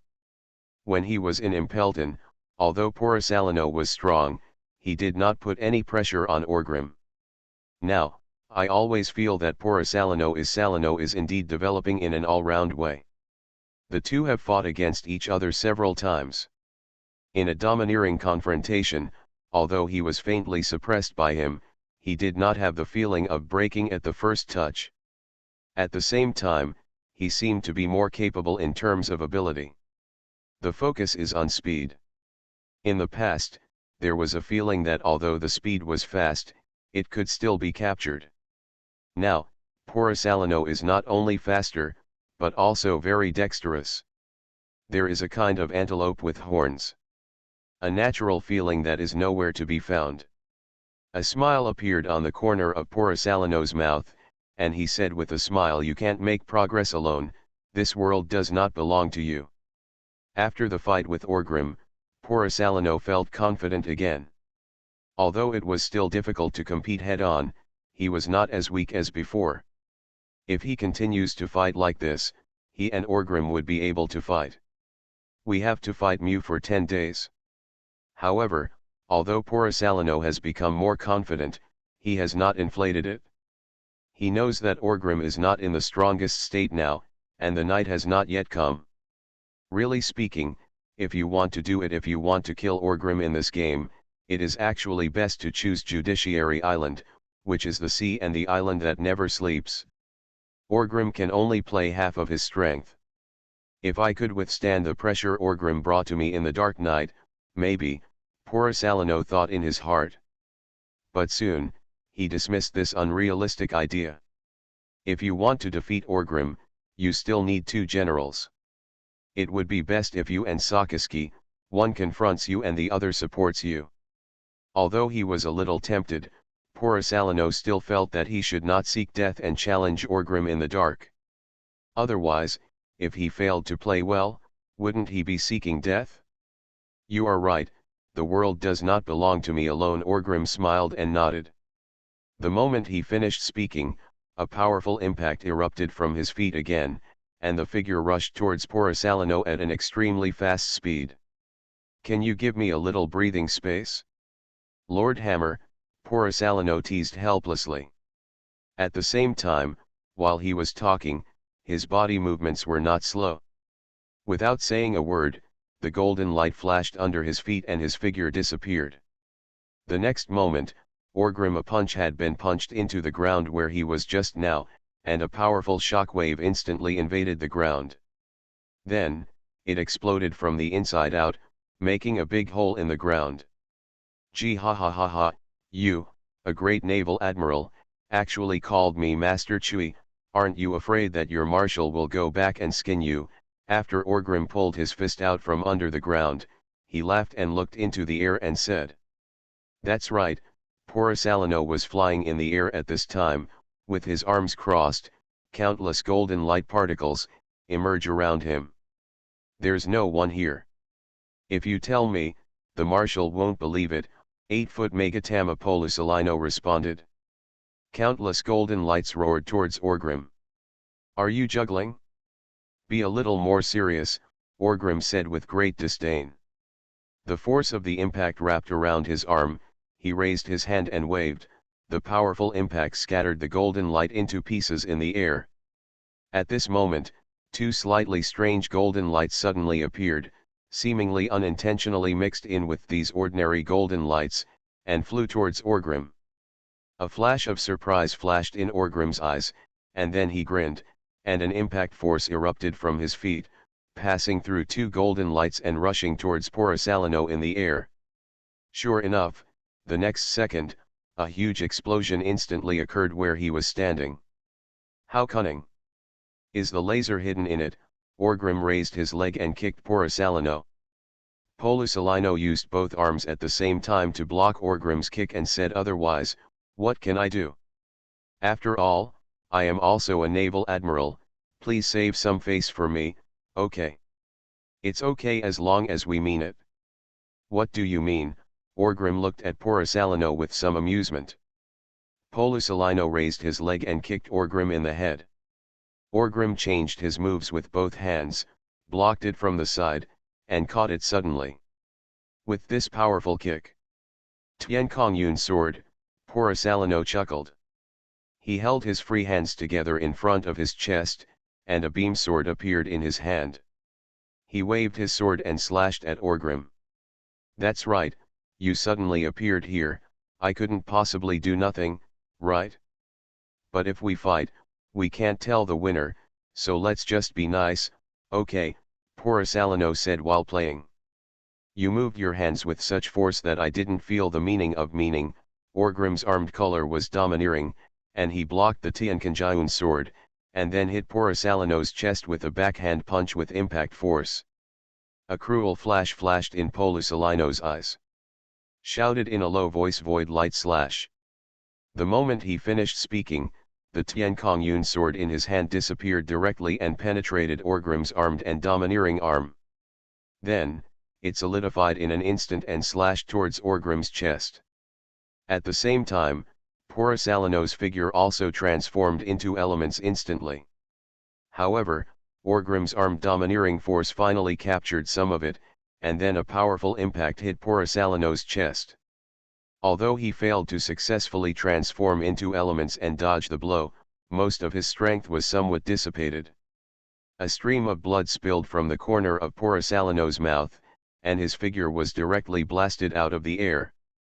But at that moment, the Tiankanjiun sword in his hand also struck Orgrim firmly on the chest. His strong and powerful chest muscles were torn open, and blood flowed out. The figure was also chopped to the ground. "What do you call this?" Meaning, after standing firm, Orgrim looked at his chest and said softly. The powerful self-healing power has begun to operate.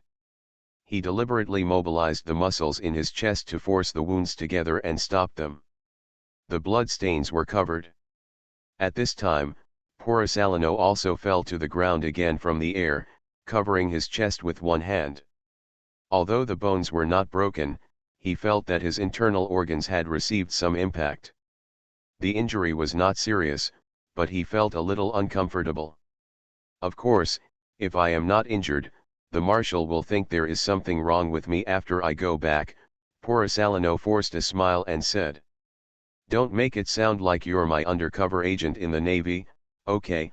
Orgrim reached out and touched the blood on his chest, feeling the wound healing, and said with a smile. After a slight hesitation, Orgrim still couldn't help but ask, "Are you really an undercover agent? Revolutionary Army?"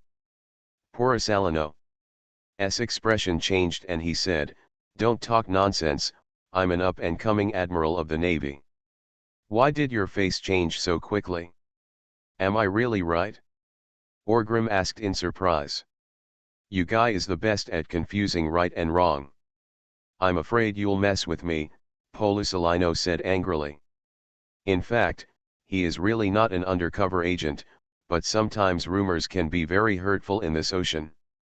What if this bastard Orgrim goes back to say something random and cause unnecessary trouble? When trouble comes, it will be uncomfortable." But before Porosalino finished speaking, another shock erupted under Orgrim's feet. "I knew you were going to cheat," Porosalino thought in his heart. But he had probably already estimated the speed of Orgrim's impact, so he was not too surprised.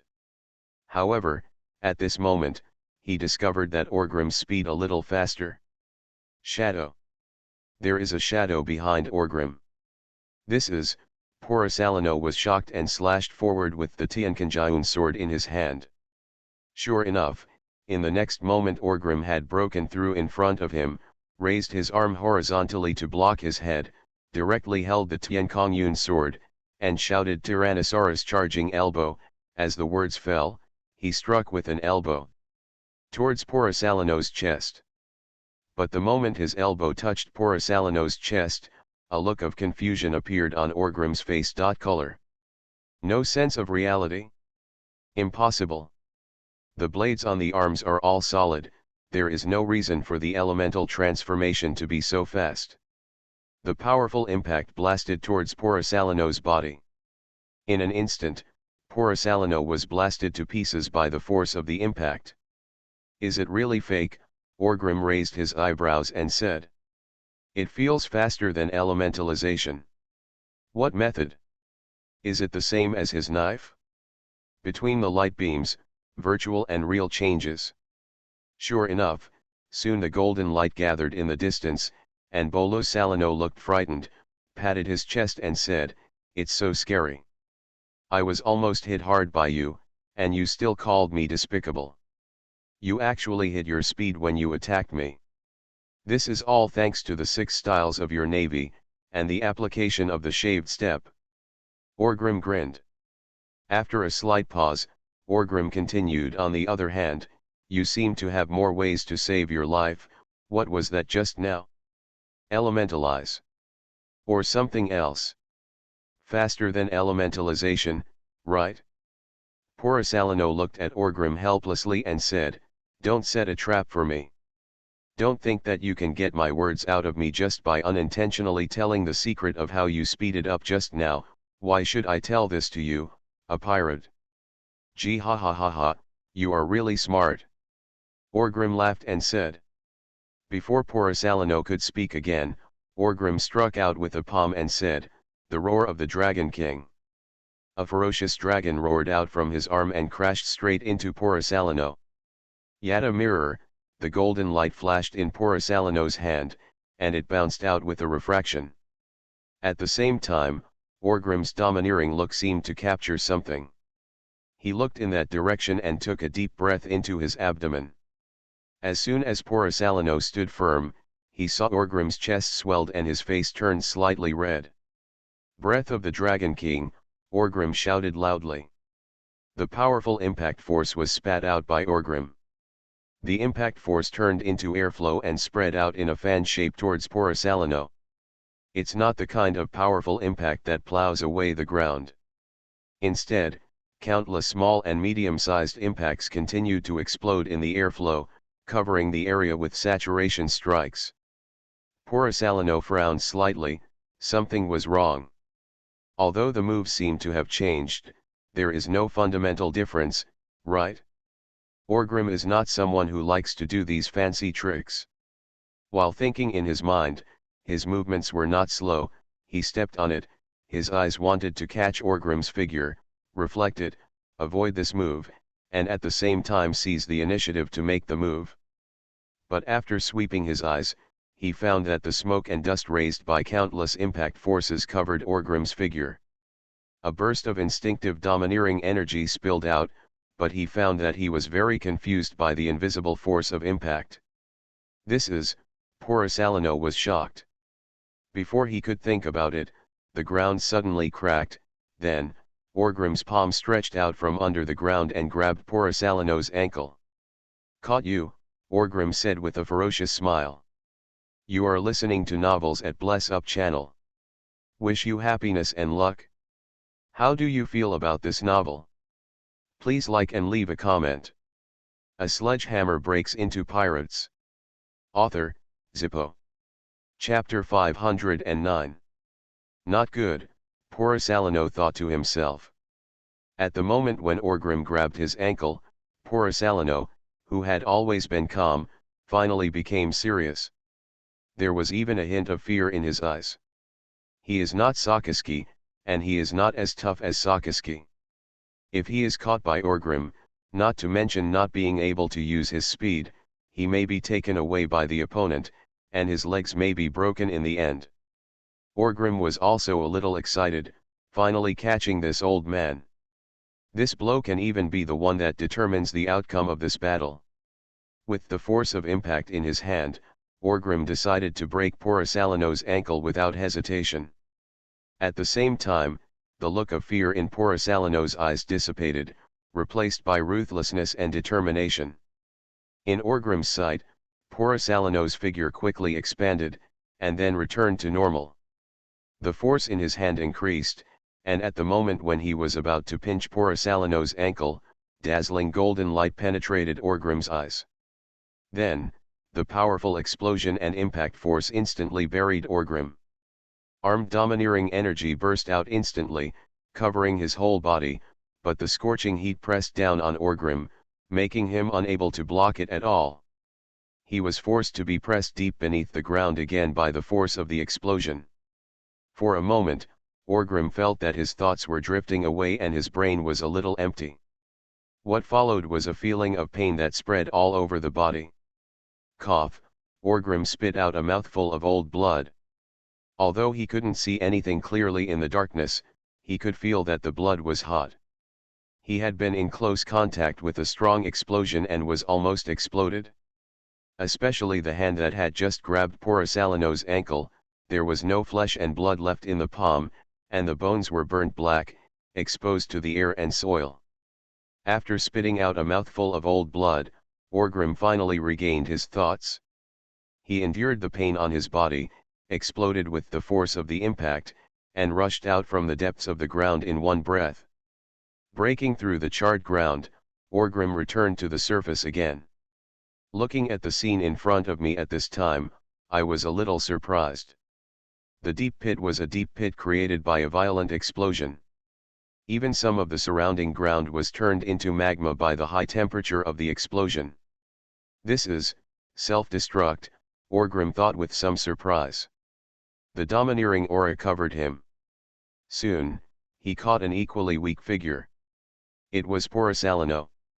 At this time, Porisalino was half kneeling on the ground. Covering his chest with one hand, his face was very pale, and he wanted to suppress something, but in the end he couldn't. A mouthful of old blood spurted out from his mouth and sprinkled on the charred ground. Call, call, call, Porisalino gasped. When Orgrim noticed him, Porisalino also looked up at Orgrim, and then thought helplessly in his heart, even though I know the bomb can't kill you, you bastard. But I should cut off my arm anyway, right? None of this happened. Orgrim's appearance at this time is also miserable. The arm that was holding Porisalino's ankle just now has almost no flesh and blood on the palm. It is charred black with some pale bones. The forearm is also that's more or less the case. The flesh and blood that are occasionally involved all look ripe. There are traces of black smoke and soil on the face, and there are some large burns on the chest, and the soil is entangled in the flesh and blood. Look. He looked like he was in pain. But Orgrim was still standing there, and although his momentum was a little disordered, he was not particularly weak. On the other hand, Porisalino was really weak. At that moment just now, he was also decisive and ruthless, and directly chose to self-destruct. He knew that if he had even the slightest hesitation just now, he would have to pay a heavy price. And he would probably be taken away by Orgrim in a wave. And if he self-destructs, there may be a way to survive. Porisalino has never self-destruct, but this is indeed one of his methods to suppress the situation. All the huge light energy in the body bursts out in an instant, causing a huge explosion. The power of this explosion, it was huge, no less than Sakaski's full blow, and the volcano erupted. And Orgrim almost took the move with his face. After all, he never expected that Porisalino would actually return the blow. Will he self-destruct? Precisely because Porisalino has never shown this method, he caught Orgrim by surprise. Otherwise, he would not have become so embarrassed. If he can fully display the armed color haki, with his the defense was still able to withstand it. The result was good, it was miserable now. However, under this wave of self-destruction, Porisalino almost used up all his physical strength and energy. He is very weak now, and he can't stand it at all. He has no strength to fight. And Orgrim, although he is also seriously injured, seems to be able to fight. This is the powerful advantage brought by his physique. As long as he cannot be beaten to death, he will fight to death. Is this your second trump card? Porisalino, Orgrim said with a ferocious smile. For the first trump card, Porisalino didn't know what method he used. In short, it was a method faster than elementalization, which made him immune to Orgrim's attack. I guess that one move should also be able to immunize most attacks, it is very strong. And the second card is this one that self-destructs. Before this, Orgrim never thought that Porisalino would self-destruct. Now words, but it feels a bit natural. Porisalino's laser relies on explosion damage. This proves that he has the ability to convert light beams into explosive power. However, this time, he gave himself to it, just exploded. It's a bit unexpected, but it seems to be reasonable. Monster you, Porisalino thought in his heart. With no intention of saying another word to Orgrim, Porisalino's eyes were very firm and he raised his hand without hesitation and struck Orgrim with a golden light. Maybe this is his last energy, right?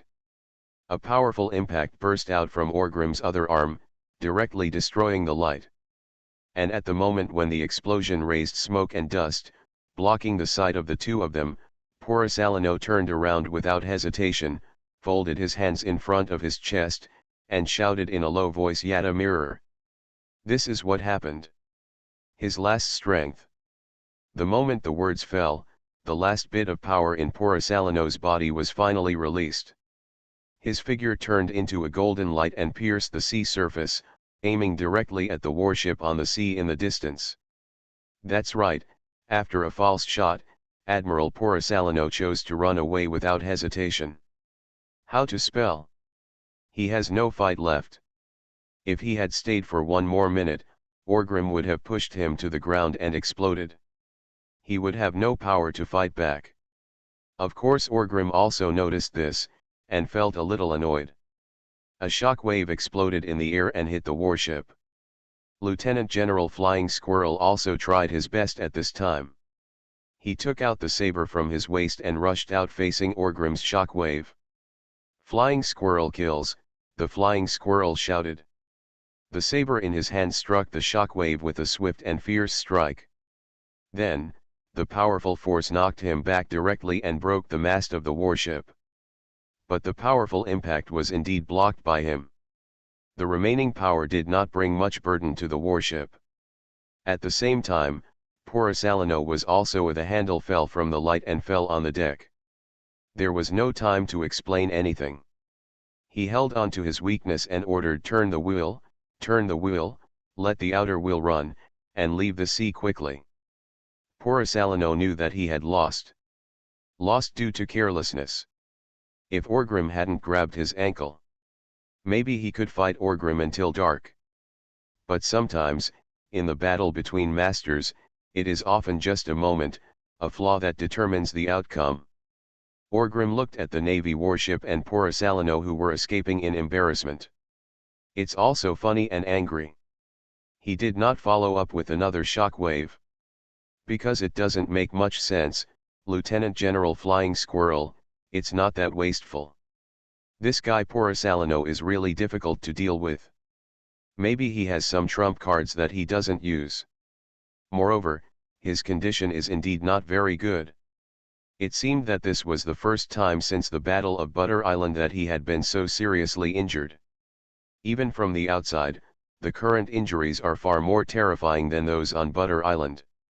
On Butter Island, the injuries Newgate inflicted on himself, the long-term internal trauma, were caused by the constant penetration of the trembling power.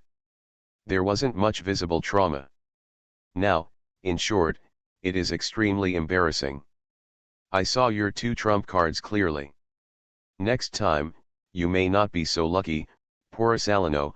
Orgrim looked at the warship sailing away on the sea and whispered softly. Overall, he won this battle. It just doesn't look good. But this is only superficial. There are indeed many deeper benefits. As one of the three new generals of the Navy, Porisalano suffered a defeat here, which is a benefit. Secondly, among the three generals, only Porisalano is the most difficult for Orgrim. Kuzan and Sakaski are both relatively easy to deal with. After all, in terms of abilities and fighting style, Orgrim can effectively restrain them both. And now, the mysterious veil of Porisalano has been unveiled again by Orgrim. In this battle, Orgrim didn't show Porisalano any new tricks, it was just speed and that breath. And Porisalano's words directly expose two important trump cards to Orgrim. In the future, if there is still a fight, if Porisalano doesn't have any new cards to turn over, dealing with him will definitely be much easier than today. Tisk, I have to rest for another 3 or 2 days, Orgrim looked down at his bone-white arm and said helplessly. As for pain and other things, I seem to have gotten used to it, to the point where I'm somewhat immune to it. Lord Orgrim, the 3 Hancock sisters also came here at this time. The atmosphere of the battle here just calmed down, and after a golden light flew towards the Navy warship, they knew that the battle should be over. If they didn't come before, it was not because they were afraid. Instead, they were worried about holding Orgrim back. Now that the battle was over, of course they had to take a look at it as soon as possible. Looking at Orgrim's arm, Hancock and others' faces were filled with horror. Lord Orgrim, your arm, Hancock couldn't help but ask. Orgrim smiled, and then said, it doesn't matter, it will be fine in 3 or 2 days. Even at this moment, the originally charred white bones have begun to shed charcoal, and have begun to recover under the power of self-healing. That admiral, Hancock looked at the warship that was about to disappear on the sea level in the distance and asked. Poor Salino? He lost the fight and ran away. Orgrim grinned and said with a smile. Sure enough, he is stronger. Even if he didn't use the power of the night, he still defeated the Navy admiral head-on in the shortest time. A sledgehammer breaks into pirates. Author, Zippo. Chapter 510. With a cigar in his mouth, Orgrim was sitting in the courtyard of the Amazon Lily Palace. Before he could take 2 puffs of smoke, 2 slender white fingers clamped on his cigar and snatched it away. The wounded cannot smoke, Queen Stacy said with a smile, and then bit the cigar in her mouth. Orgrim glanced at this beautiful woman helplessly, stretched out his hand and patted his chest and said, how could you tell that I am a wounded person? It's been 7 days and it's already fine. Call. Queen Stacy lowered her head and blew a puff of smoke into Orgrim's face. In the swirling smoke, she had a charming smile on her face, raised her eyebrows, and said seductively, your behavior last night didn't look like you were healed of your injury, and you still want me to do it myself. Moving. Orgrim felt a little uncomfortable being teased by this beautiful woman, and cursed, then I'll make you look good tonight. Queen Stacy glanced at Orgrim provocatively, but didn't answer. Orgrim did not continue to talk about these topics. Instead, he asked, how is it? Are there any Navy warships in the surrounding waters? Is there any news in the newspaper? Queen Stacy shook her head and said, everyone. No, this is indeed a bit strange. 7 days have passed since the conflict broke out between Orgrim and Polisalino. But the Navy made no move at all. No more warships appeared around the Amazon Lily waters. This made Orgrim a little strange. Logically speaking, even if the naval support speed is twice as slow, it is still time to join up with Polisalino. If the Sengoku guy really couldn't help but want to make some big move, the Navy's first advance team and surveillance ships should have arrived around Amazon Lily to conduct war observations. But now, there is no movement from the Navy at all. There is no news about Amazon Lily in the newspapers. Polisalino's battle with himself is probably going to be covered up again. If you tell these people, just cover it up. After all, if you lose, you will have to save some face. Can you at least increase my bounty? Is it really necessary to have a head-to-head fight with that guy from Newgate to see a change? Sure enough, people in the Navy have dirty hearts. If there is no movement now, then it is estimated that the Sengoku guy is really not planning to continue to interfere in Amazon Lily's affairs. Is this a favor to me? Orgrim smiled and said. Maybe he has some big plan? Don't underestimate the naval marshal Sengoku, Queen Stacy said softly. Orgrim nodded, and then said, I have never underestimated this guy Sengoku. There are many people in the Navy who can fight, but those who are really difficult can be used as my strategy. In a sense, he is the only opponent, and Ahe may be considered half. I don't know if it's a mentality problem or some misunderstanding. Obviously, Sakaski, Polisalino, and Kuzan all went to sea earlier than Orgrim. But unfortunately, when Orgrim looked at these new generals, he always felt like he was looking at juniors. It seems that only the older generation of Sengoku and Garp are considered opponents worthy of his attention. If I integrate Amazon Lily, from the perspective of the Warring States period, I should not be able to see the influence behind it. So, what will he use as a force to participate in the change of the situation? Orgrim murmured softly. The last time there was a huge change in the New World was the Battle of the Four Emperors. At that time, the Navy was busy all the time, and the guy from Jun was watching from a distance. So the last time the New World changed, the world has undergone drastic changes, and the Navy has gained nothing. But now that Warring States has become a marshal, it is impossible for him to continue to be a melon eater. If the situation in the New World really changes, warring states will definitely take action. What is it then, G-5? Red hair, Orgrim thought in his heart. These two need to pay attention to. G-5 is inconspicuous now, but after all, there is an extra Fujitora smile. That red-haired guy, I always feel like he did something weird last time in the New World. Anyway, it cannot be underestimated. But these things don't need to be done right now. Do things step by step.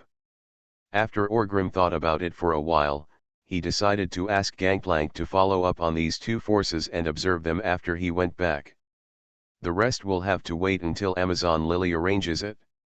After the fight with Porisalino, Orgrim was not sure if the Navy would make any move. Therefore, he also made some arrangements.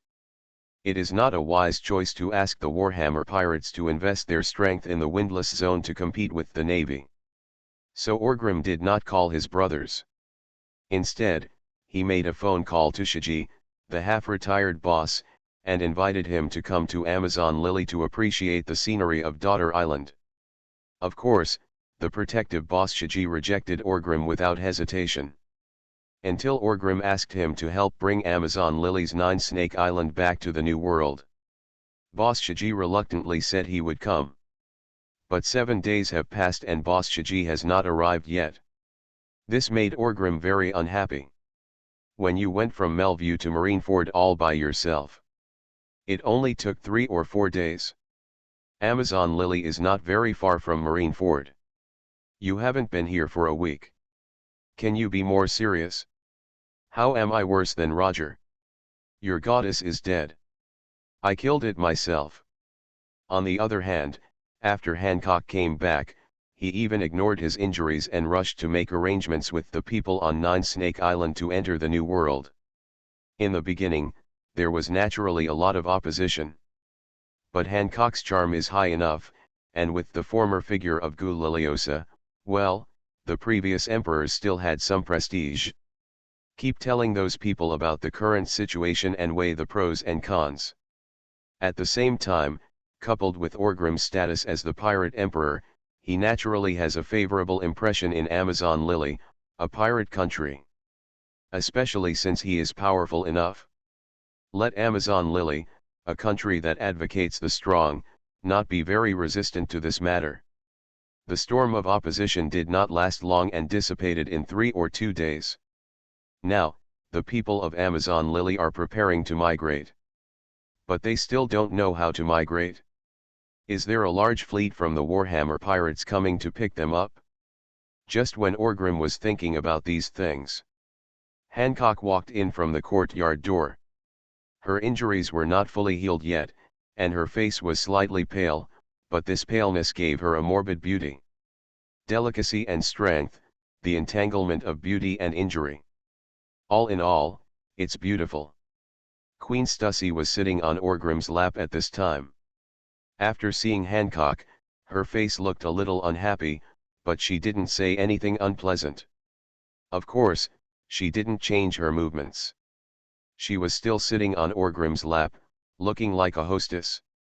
Hancock glanced at Queen Stussy with some envy, wishing he could go up and pull this woman away, and sit on Orgrim's lap. But Hancock also knew very well that there was a huge gap between himself and Stussy. Queen Stussy, who gave birth to a son to Orgrim. Andrest is the Little Highness recognized by all members of the Avalon family, and is the legitimate heir to Orgrim. It can be said that the entire Avalon series is Stussy's backing. In fact, not only the Avalon family, but even Kaido of the Beast Pirates will definitely support Stussy. Why? Because his daughter was engaged to Stussy's biological son. If Orgrim messes up, it will be very difficult to do things in the future. Compared with Stussy, who is backed by the entire Avalon family and even the Beast Pirates, his own Amazon Lily doesn't seem to be a particularly powerful bargaining chip at all. Secondly, Stussy has followed Orgrim for many years, and the relationship between them is also an advantage that he cannot compare with. Finally, there was Hancock herself, who had been a slave for a time, a pain she could never escape. In comparison, Queen Stussy seems to have the upper hand. As for myself, what I can offer is youth, freshness, and beauty. But these are not particularly outstanding in front of Stussy. Who knows what's going on with this woman? Although her age is a secret, she must be about 10 years older than Orgrim, right? Even bigger? But unfortunately, this woman's whole body from head to toe is full of youthful aura. Appearance in his 20s. Could it be that you secretly drank from the legendary fountain of youth? As an imaginary enemy, Hancock had of course stepped up his investigation of Stussy. He compared her appearance when she first appeared in Avalon 10 years ago, and found that there was almost no change at all. It's nothing more than small details like hairstyle, some changes, not a single wrinkle. Do you think this is strange? Queen Stussy felt that Hancock was a woman who could threaten her position because Hancock was very similar to her. Hancock, on the other hand, feels that he may never be able to shake Stussy's position. Because Stussy is no longer fighting alone. As an Orgrim woman, she has the label of Avalon. This is the most powerful support, and I am just the Empress of Amazon Lily. Therefore, Hancock has figured out a lot now. If he wants to get Orgrim, he cannot avoid Stussy. And facing Stussy, you can't confront her head on. Let's try and see if we can have a good relationship with her. But now is not the time to talk about these things. Hancock, how's the injury? Orgrim asked with a smile. Only then did Hancock come back to his senses from his wild thoughts, smiled and said, I'm much better now. It's okay. Lord Orgrim, we Amazon Lily preparations for the migration here are almost complete, and the opposition has been completely eliminated. When will we set off? Or, is there any response? Orgrim smiled and said, there is a response. I am waiting for my old man Shiji to drive his old boat to pick us up. Hancock was stunned for a moment. Shiki. Only then did she suddenly realize. Yes, with Senior Shiji here, it would be extremely easy for Amazon Lily to enter the new world.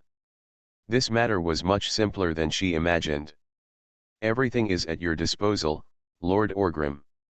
Hancock said with a smile and nodded. Then, she looked at Queen Stussy, hesitated, and finally said, Sister Stussy, I have some makeup and skincare issues that I would like to discuss with you. Do you have time? Although Hancock is already very beautiful, the more beautiful a person is, the more he will never stop pursuing beauty. In this aspect, Stussy is obviously a monster. And Hancock also intends to follow Stussy. Stussy made a good relationship, so she planned to use this issue as a breakthrough. Stussy was stunned for a moment, but she didn't expect Hancock to say these words. But the sister sound made Stussy very satisfied. Very good, you can recognize yourself as a sister, fairly sensible. Stussy didn't intend to really break up with Hancock, so she said in a good mood, no problem, I'm also curious about Amazon. What about Lily's secret?